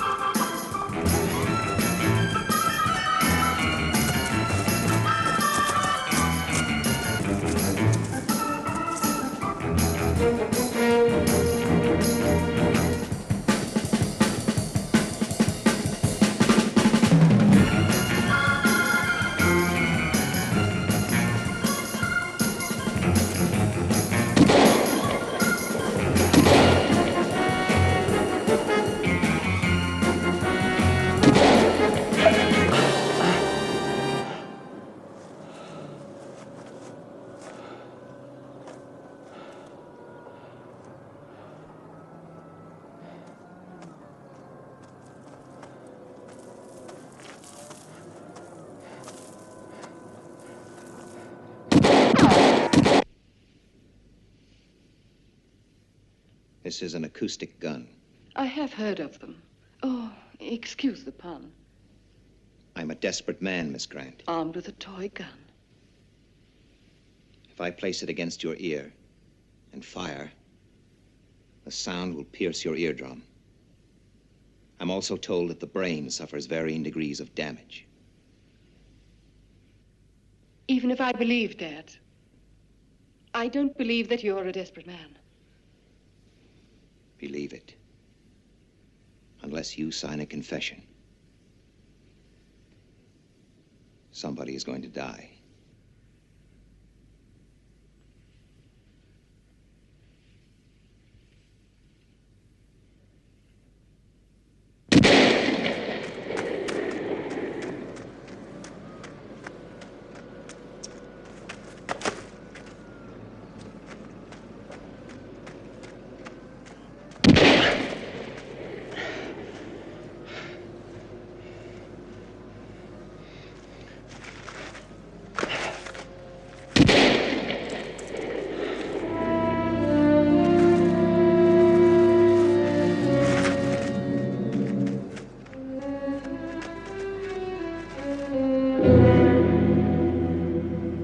Just sign here.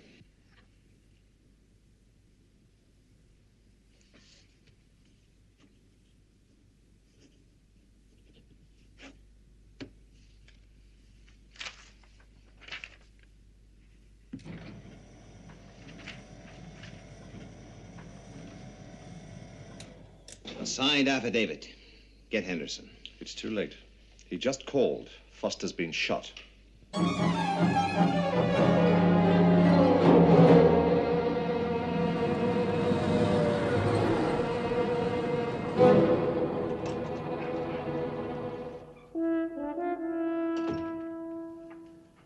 I'd like to see him, Miss Scott. I'll see if he's in. I have someone to see you, sir. Send Straker right in. Please go in. Thank you.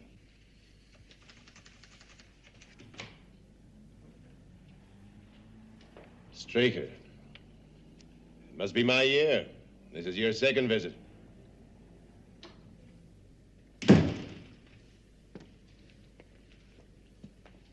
I'd like you to read this when you find time between making up wisecracks. It includes a statement which absolutely clears Paul Foster. Statement? From an industrial spy.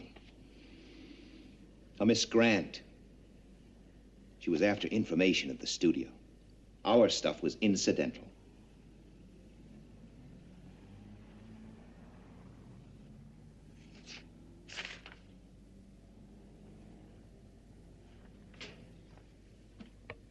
Jackson.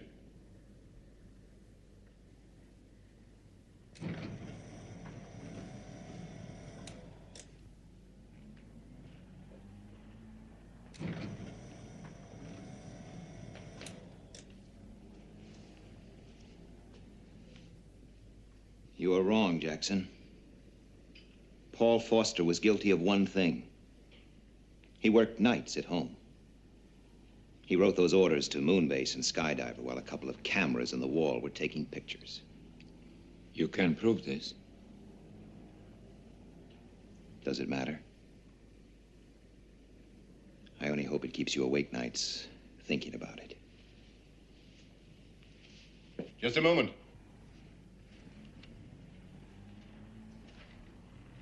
You think I'm a pig-headed cretinous lout, don't you, Straker? Foster was shot with an anesthetic bullet. Jackson's idea.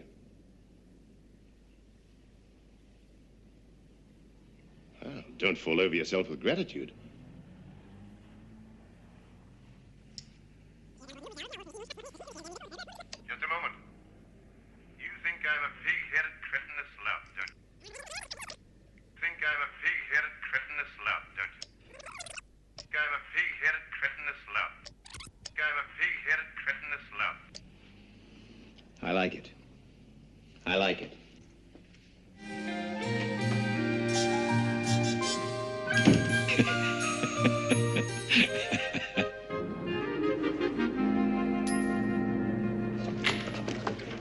Really very nice of you to ask us down, Mr. Foster. Is it? I just wanted to give you this. You did pay $10,000 into my account, didn't you? Well, yes, but no one can tell where it came from. You understand? Sure. When you came down for the screen test, I didn't know what you meant by we can help each other. But now you're right, I do understand only too well. Get yourself a new agent, kid. Oh, come on, don't be like that. Listen, you don't know how much that check nearly cost me. So get out of here while you can still walk.